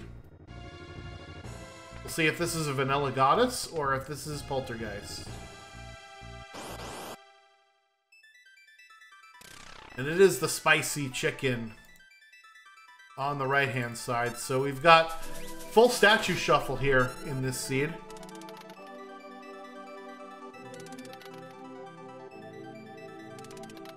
So Poltergeist does have pretty high physical defense. Not as high as Magimaster, but definitely some high defense.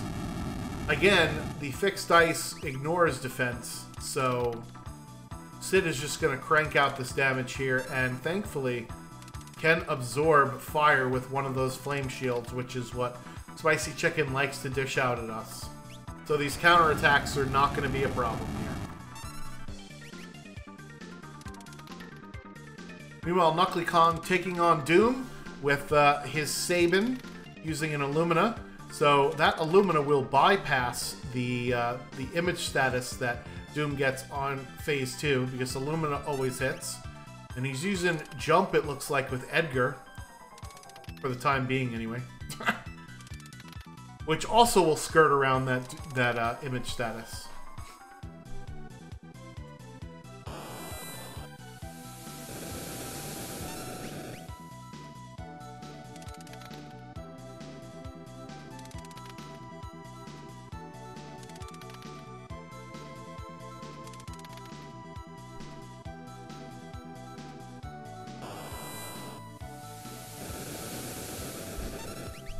Alright, nice little Pearl proc here from Knuckly Kong. Probably will send Doom into his second phase. Oh no, I'm sorry, he's already in his second phase here.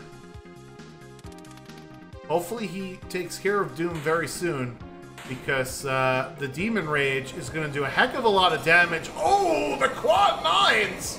And Sabin is knocked to the floor. One Phoenix down left for Knuckly Kong. That is not good.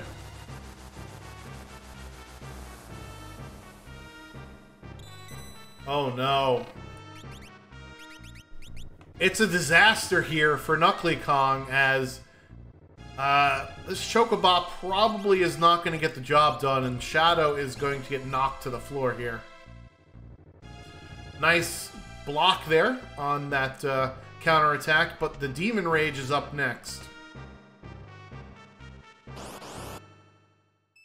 Meanwhile, for Sid, he's got Goddess over on the left-hand side.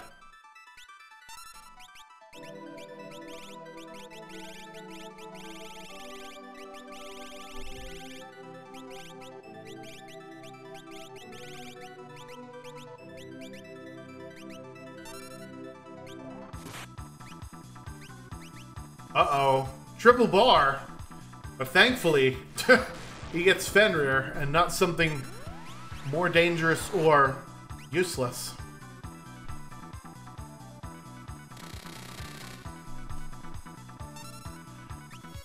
So this is a pretty good party comp for this fight, actually, because Cyan does have Drill from Tools, and Goddess does have weaker physical defense than magical defense here. Unfortunately, this Thunderblade is going to heal the boss. Yeah, you don't want to do that. Thunderblade is a Thunder Elemental throwable, and Goddess, unfortunately, absorbs Bolt. And it looks like Shadow Sid may have to regroup for this fight. So one big advantage that Knuckly Kong does have is he has that Paladin shield that he's able to throw around anybody in his parties there. Whereas I don't think we've got a Thunder Shield for Sid.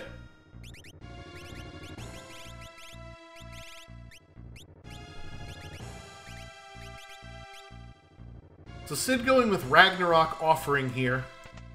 So normally I would tell you, you should never do Ragnarok or Illumina with Offering. However, Sid is trying to get around the Love Token status, and Offering will allow you to do physical damage even if you are Loved Tokened. So one of the reasons why you should never do the Offering with an Illumina or Ragnarok is you're essentially doing the same amount of damage as a regular swing, but you're dividing it up into 4 attacks and spreading it over multiple targets, because you don't get the crits from the Offering. I think Sid is also in the back row with Locke, which will have the damage that the Ragnarok puts out. So in this instance, I don't really hate the Offering play, just to get around Love Token, but if you have Throw, that is much more powerful than doing 4 swings with your Ragnarok or Illumina.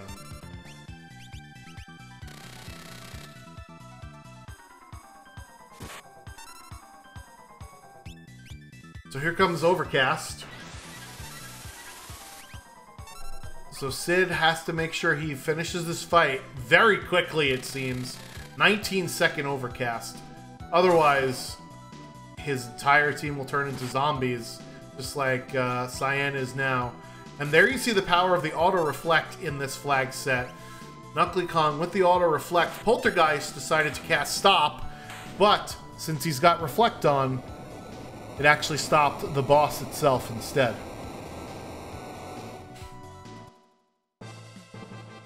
However, if Knuckly Kong is planning on using just physical attacks and jump, this is going to take a very long time. Poltergeist has high physical defense. And Shadow Sid is done with his goddess fight.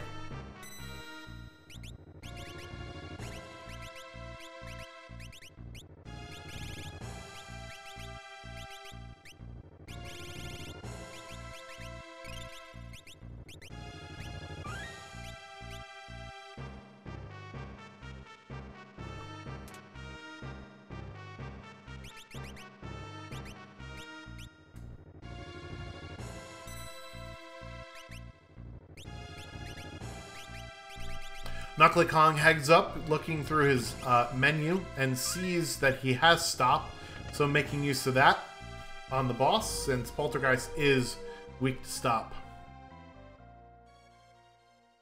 Alright, so Shadow Sid on the switches, 1 hour, 36 and a half minutes, rather, into this seed here.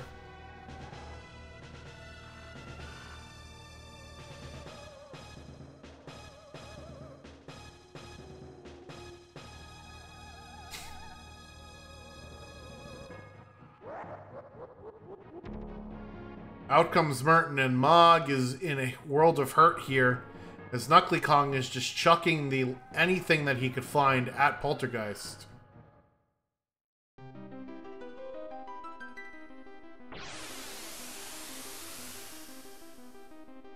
Ooh, Cyclonic. Unfortunately, getting Knuckly Kong to within death's reach. Mog is going to die here, but Locke lives on, and he only has one Phoenix down.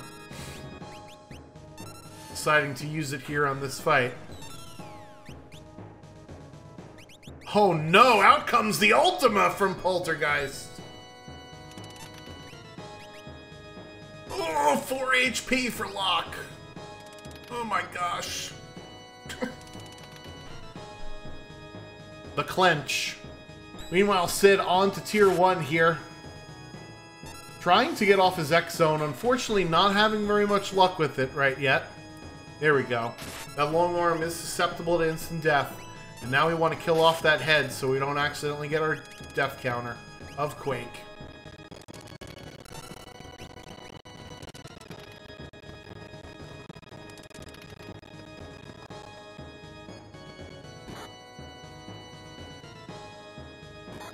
Alright, so it's good to know that Locke has the Phoenix Esper, actually. And I think he's going to throw this very last thing at Poltergeist. You might as well. You can't take it with you, folks. Unfortunately, that's not enough to kill Poltergeist here.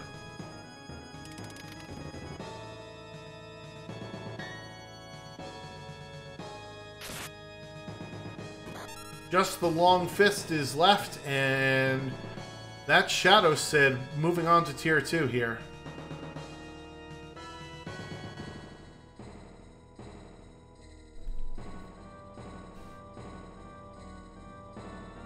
Meanwhile, the battle rages on for Knuckly Kong. And here comes Shrapnel, and this might do it, folks. Ooh, double kill. He's just going to push on through it, though, with Mog. Unfortunately, now Merton is going to start healing the boss more than he can do damage. Oh, out comes Goner! Thankfully, he jumped over that, and unfortunately, this counter is going to kill Mog here, I believe, and he's going to have to start over again.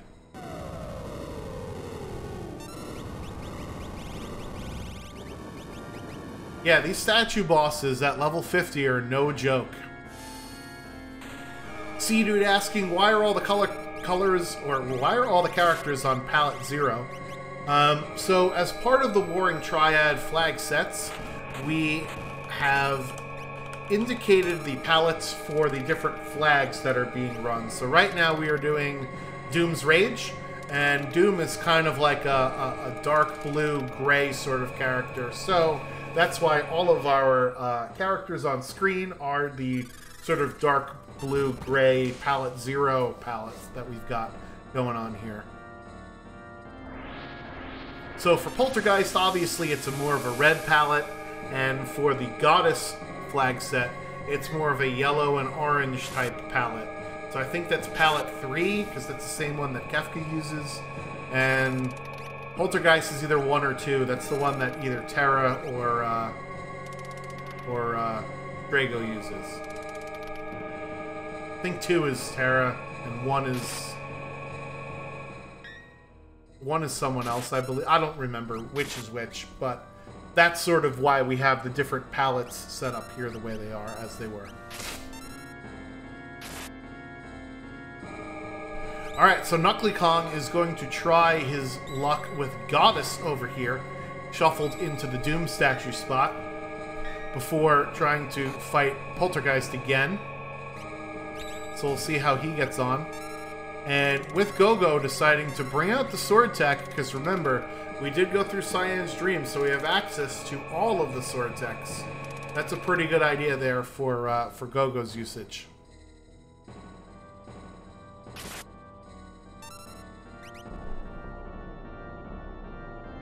So palette 1 is locks. So then it must be 2 and 3. Because I know 3, I think, is Kefka's palette, but I think it's also Realm and Strago's, right? So I think that's the Goddess one, and I think the red one, which is Terra's, is for the Poltergeist flag set. Anyway, this has been Final Fantasy VI ROM hacking with Schwanz and Sea Guy, or Sea Dude, rather. And we're up to Tier 3 for Shadow Sid. We do have access to Fenrir, and I'm pretty sure he's got Golem. One of our 2 runners has both. I'm not sure which is which. We do have several Mega Elixirs here, not only from defeating Magi Master, which is what Sid did and Knuckly Kong did not, but Mega Elixirs are a dead check option in this seed, so we did run into a couple of dead checks that rewarded Mega Elixirs. Meanwhile, it is Overcast time for Knuckly Kong. Just has Cyan and Realm left to go. Thankfully, was able to get Realm back so that the Condemned counter is not there. But Cyan, unfortunately, going to turn into a zombie here. And now we're just down to a 1v1 on that side of the screen. Uh-oh. Thankfully, Goddess can only attack one side of the screen at a time. Golem coming out for Sid here. In addition to having Fenrir already cast on him.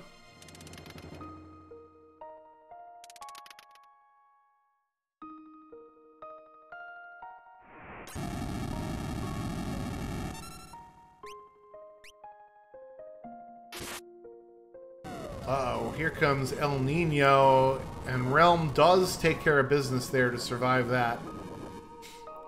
That's one of those spells that cannot be reflected. It's a lure, or technically it's more a dance than a lure. But down goes Goddess, and now it's just Poltergeist left for Knuckly Kong. Meanwhile, the Fixed Dice offering, once Sleep is in Medio mode, if it's got enough willpower, and it looks like it does, here comes the Calmness, blocked by Golem. ×2. And Sid is heading up to Final Kefka now.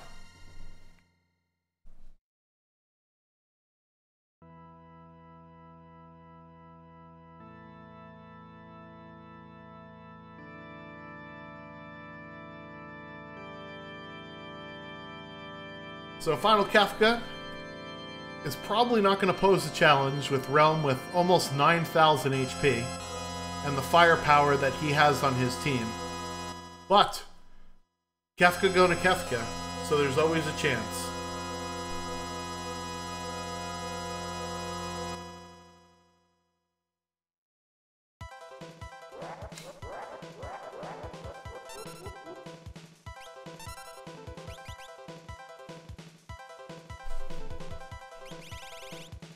Alright, so here comes Fallen 1, where we're going to use our Mega Elixir to heal back up right away. And now we're going all out with the damage.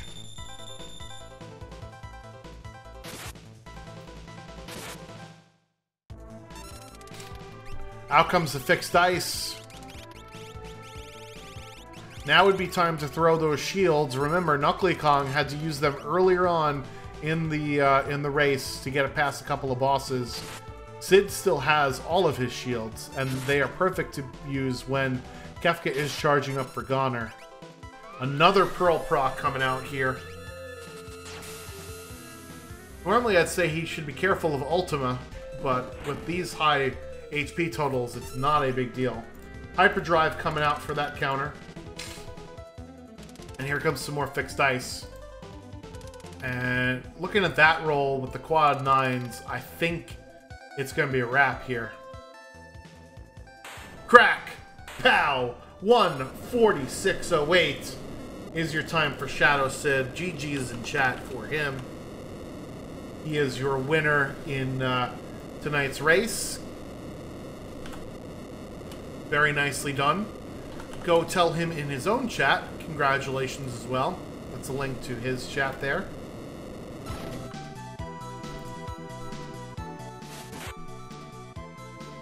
Meanwhile, Knuckly Kong is going to finish out the race against Poltergeist here.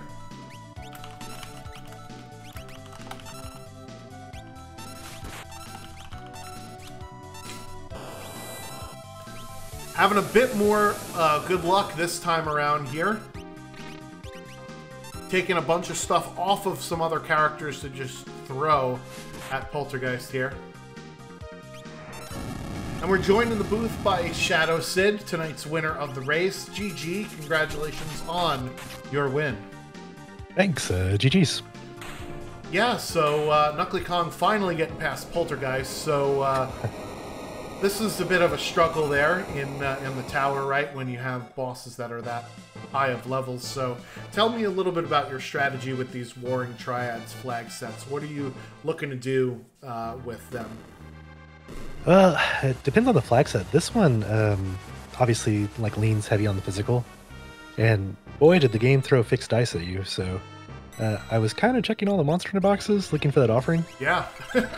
And the cruel irony there is the one path where I actually wanted to use the offering on, that person was the only person that couldn't use the fixed dice. Of course.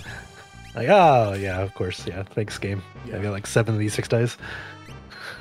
Yeah, because I did see you use offering on a character with, you know, a Ragnarok or an Illumina, which is normally a no-no, but if you want to get past Love Token, that's one of the only ways you could do it, right? So that was the plan, and I was like, well, maybe it's still a lot of damage, and like, at least he's got the row. I'll just fall back on that. Yeah. So yeah, you were Ended up not digging mattering. Monster in a Boxes. Did that sort of shape where your route was with the characters that you got in the scene? Oh, absolutely. Yeah, like once I found the first fixed dice in a shop, which I mean obviously didn't need to buy that, but I didn't know that. I was on the hunt for an offering. Yeah. So I was like, oh, I'll just do the checks that have monster boxes, and that's I think the only monster boxes I missed in the entire game. Yeah, I was the ones in Imaro's cave. Yeah, Umaro's Cave and Floating Continent. So Knuckly the Kong one on did Floating go Continent. to Floating Continent, but did not check the Monster in a Box because he was not on the fixed dice train like you were from the early game. He didn't get his until the some of the dead checks and the chest in Figaro Castle, right? So. Oh yeah. But yeah, so it was a 1 in 3 shot when you went to the one in Daryl's tomb, and you just happened to get it, which is nice for you.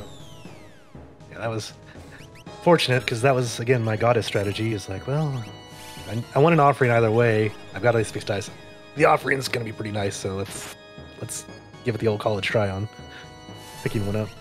Yeah, so this seed you ended up with 27 checks anyway, which would have put you Yeah. to Skip. But what's your view of Skip when it's a bit of a higher roll, like we got with 24 checks?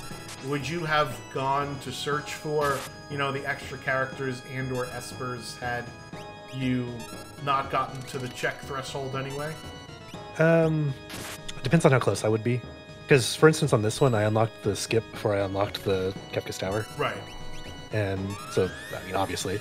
But if I was 6'9" with, say, like, 18 checks, even maybe 20 checks, I probably would just go do the tower. Yeah.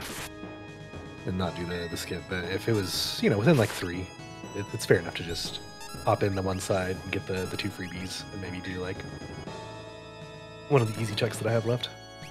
So I also did notice that you killed 3 dragons. Is dragon killing for the rewards something that you tend to focus on with the Doom flag set, or was it just because it so happened to be along the way in the checks that you were doing regardless?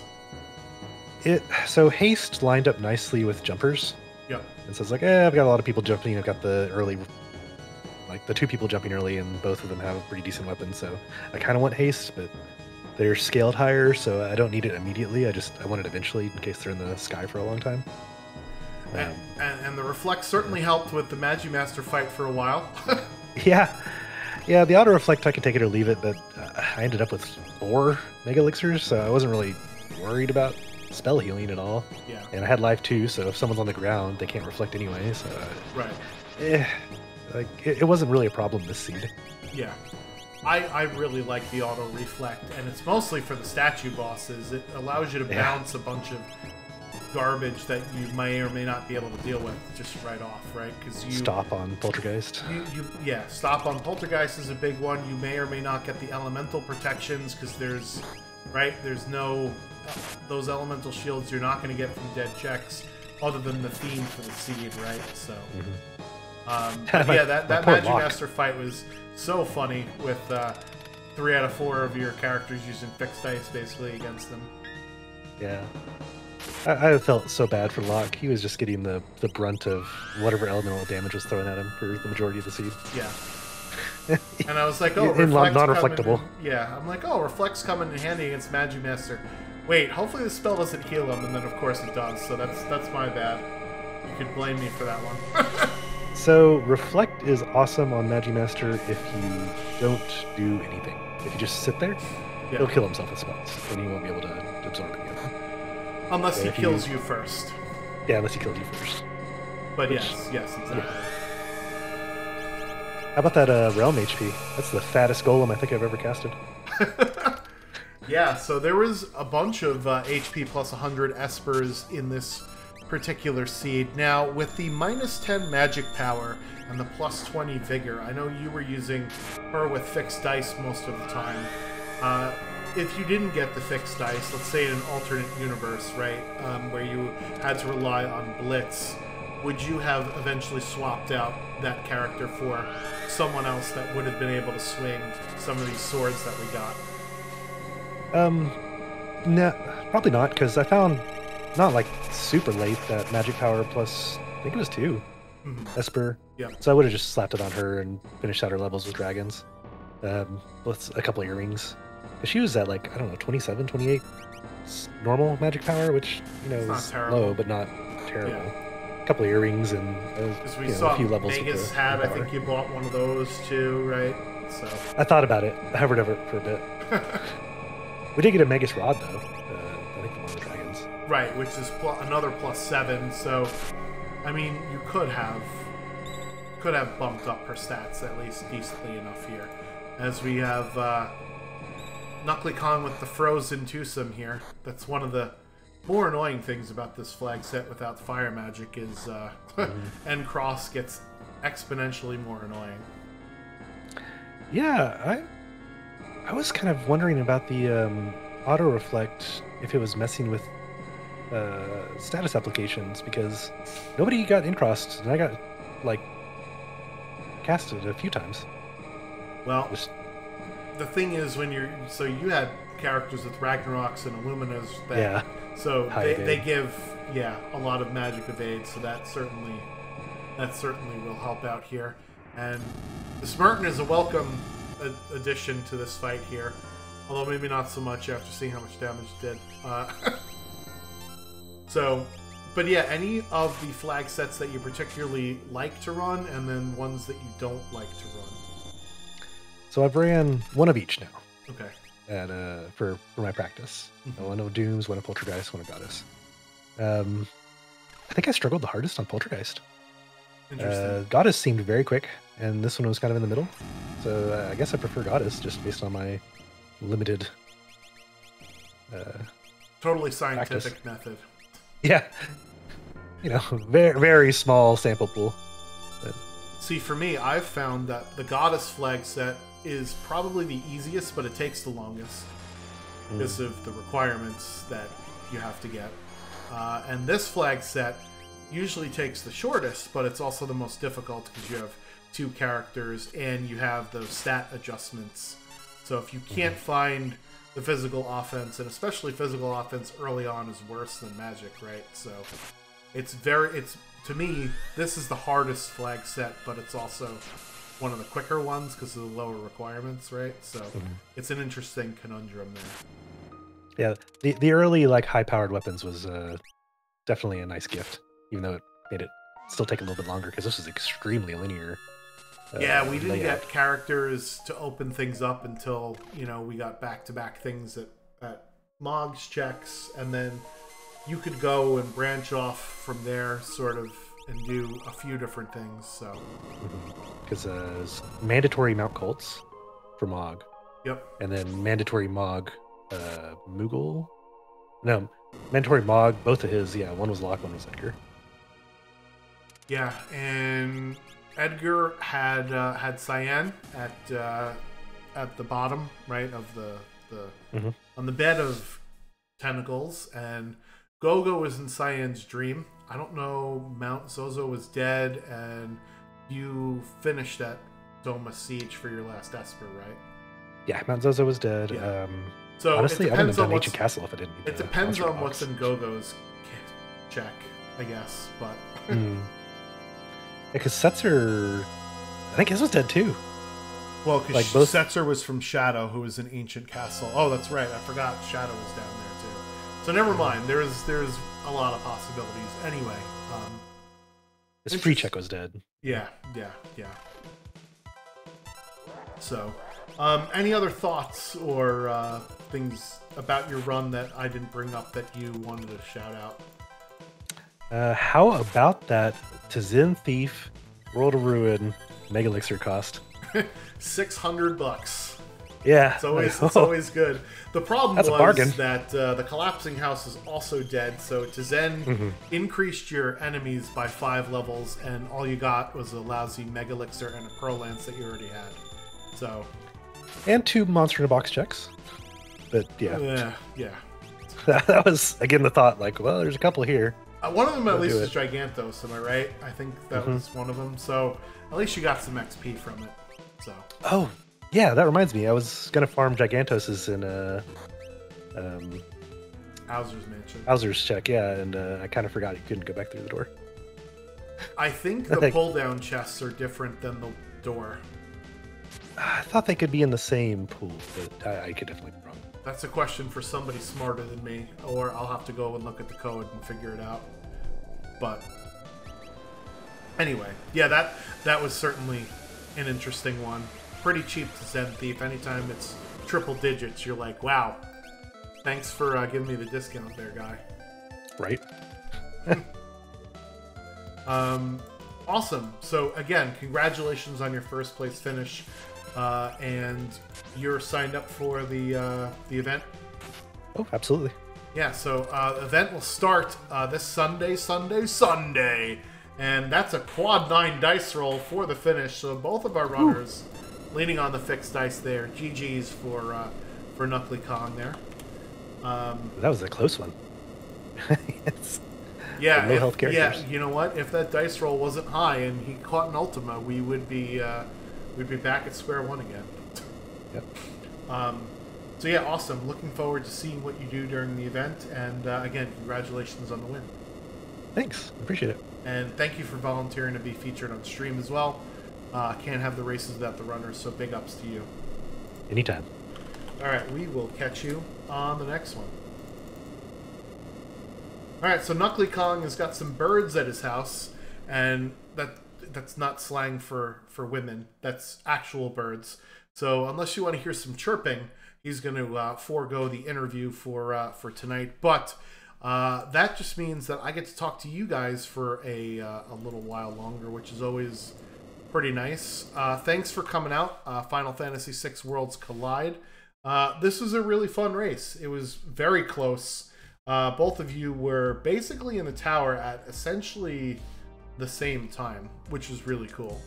Because you got your unlock at not Daryl's Tomb, Dome of Siege, while Knuckly Kong was fighting Rexol, Vanilla, and Cyan's Dream for his 10th character, Go-Go, and then his Go mode was on the throne there. So pretty awesome. But yeah, so that's going to do it for me, the Schwantz 27. Shadow Sid, your winner tonight over Knuckly Kong. We finished in with a what is this time here? 1:59.23. So as you can see, these races are a bit longer than your normal standard Ultros League affair that you've been seeing on the channel for a while now.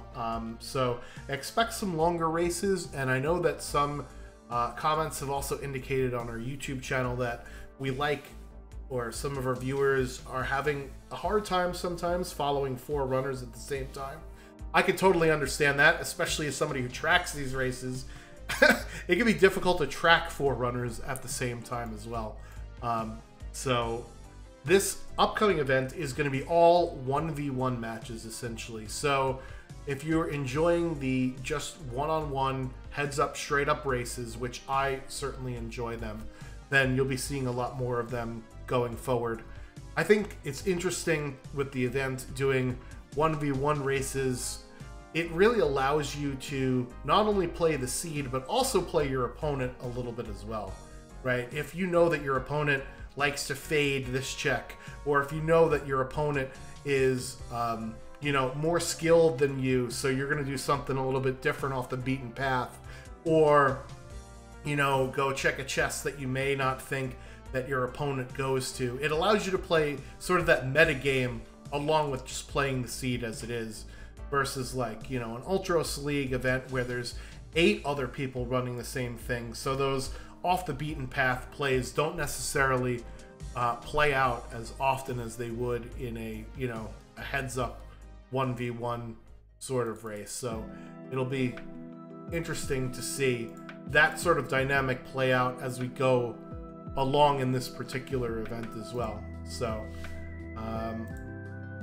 I don't think I have anything else other than to say thank you so much for coming out and watching our stream, and we'll catch you on the next one. Catch everybody later.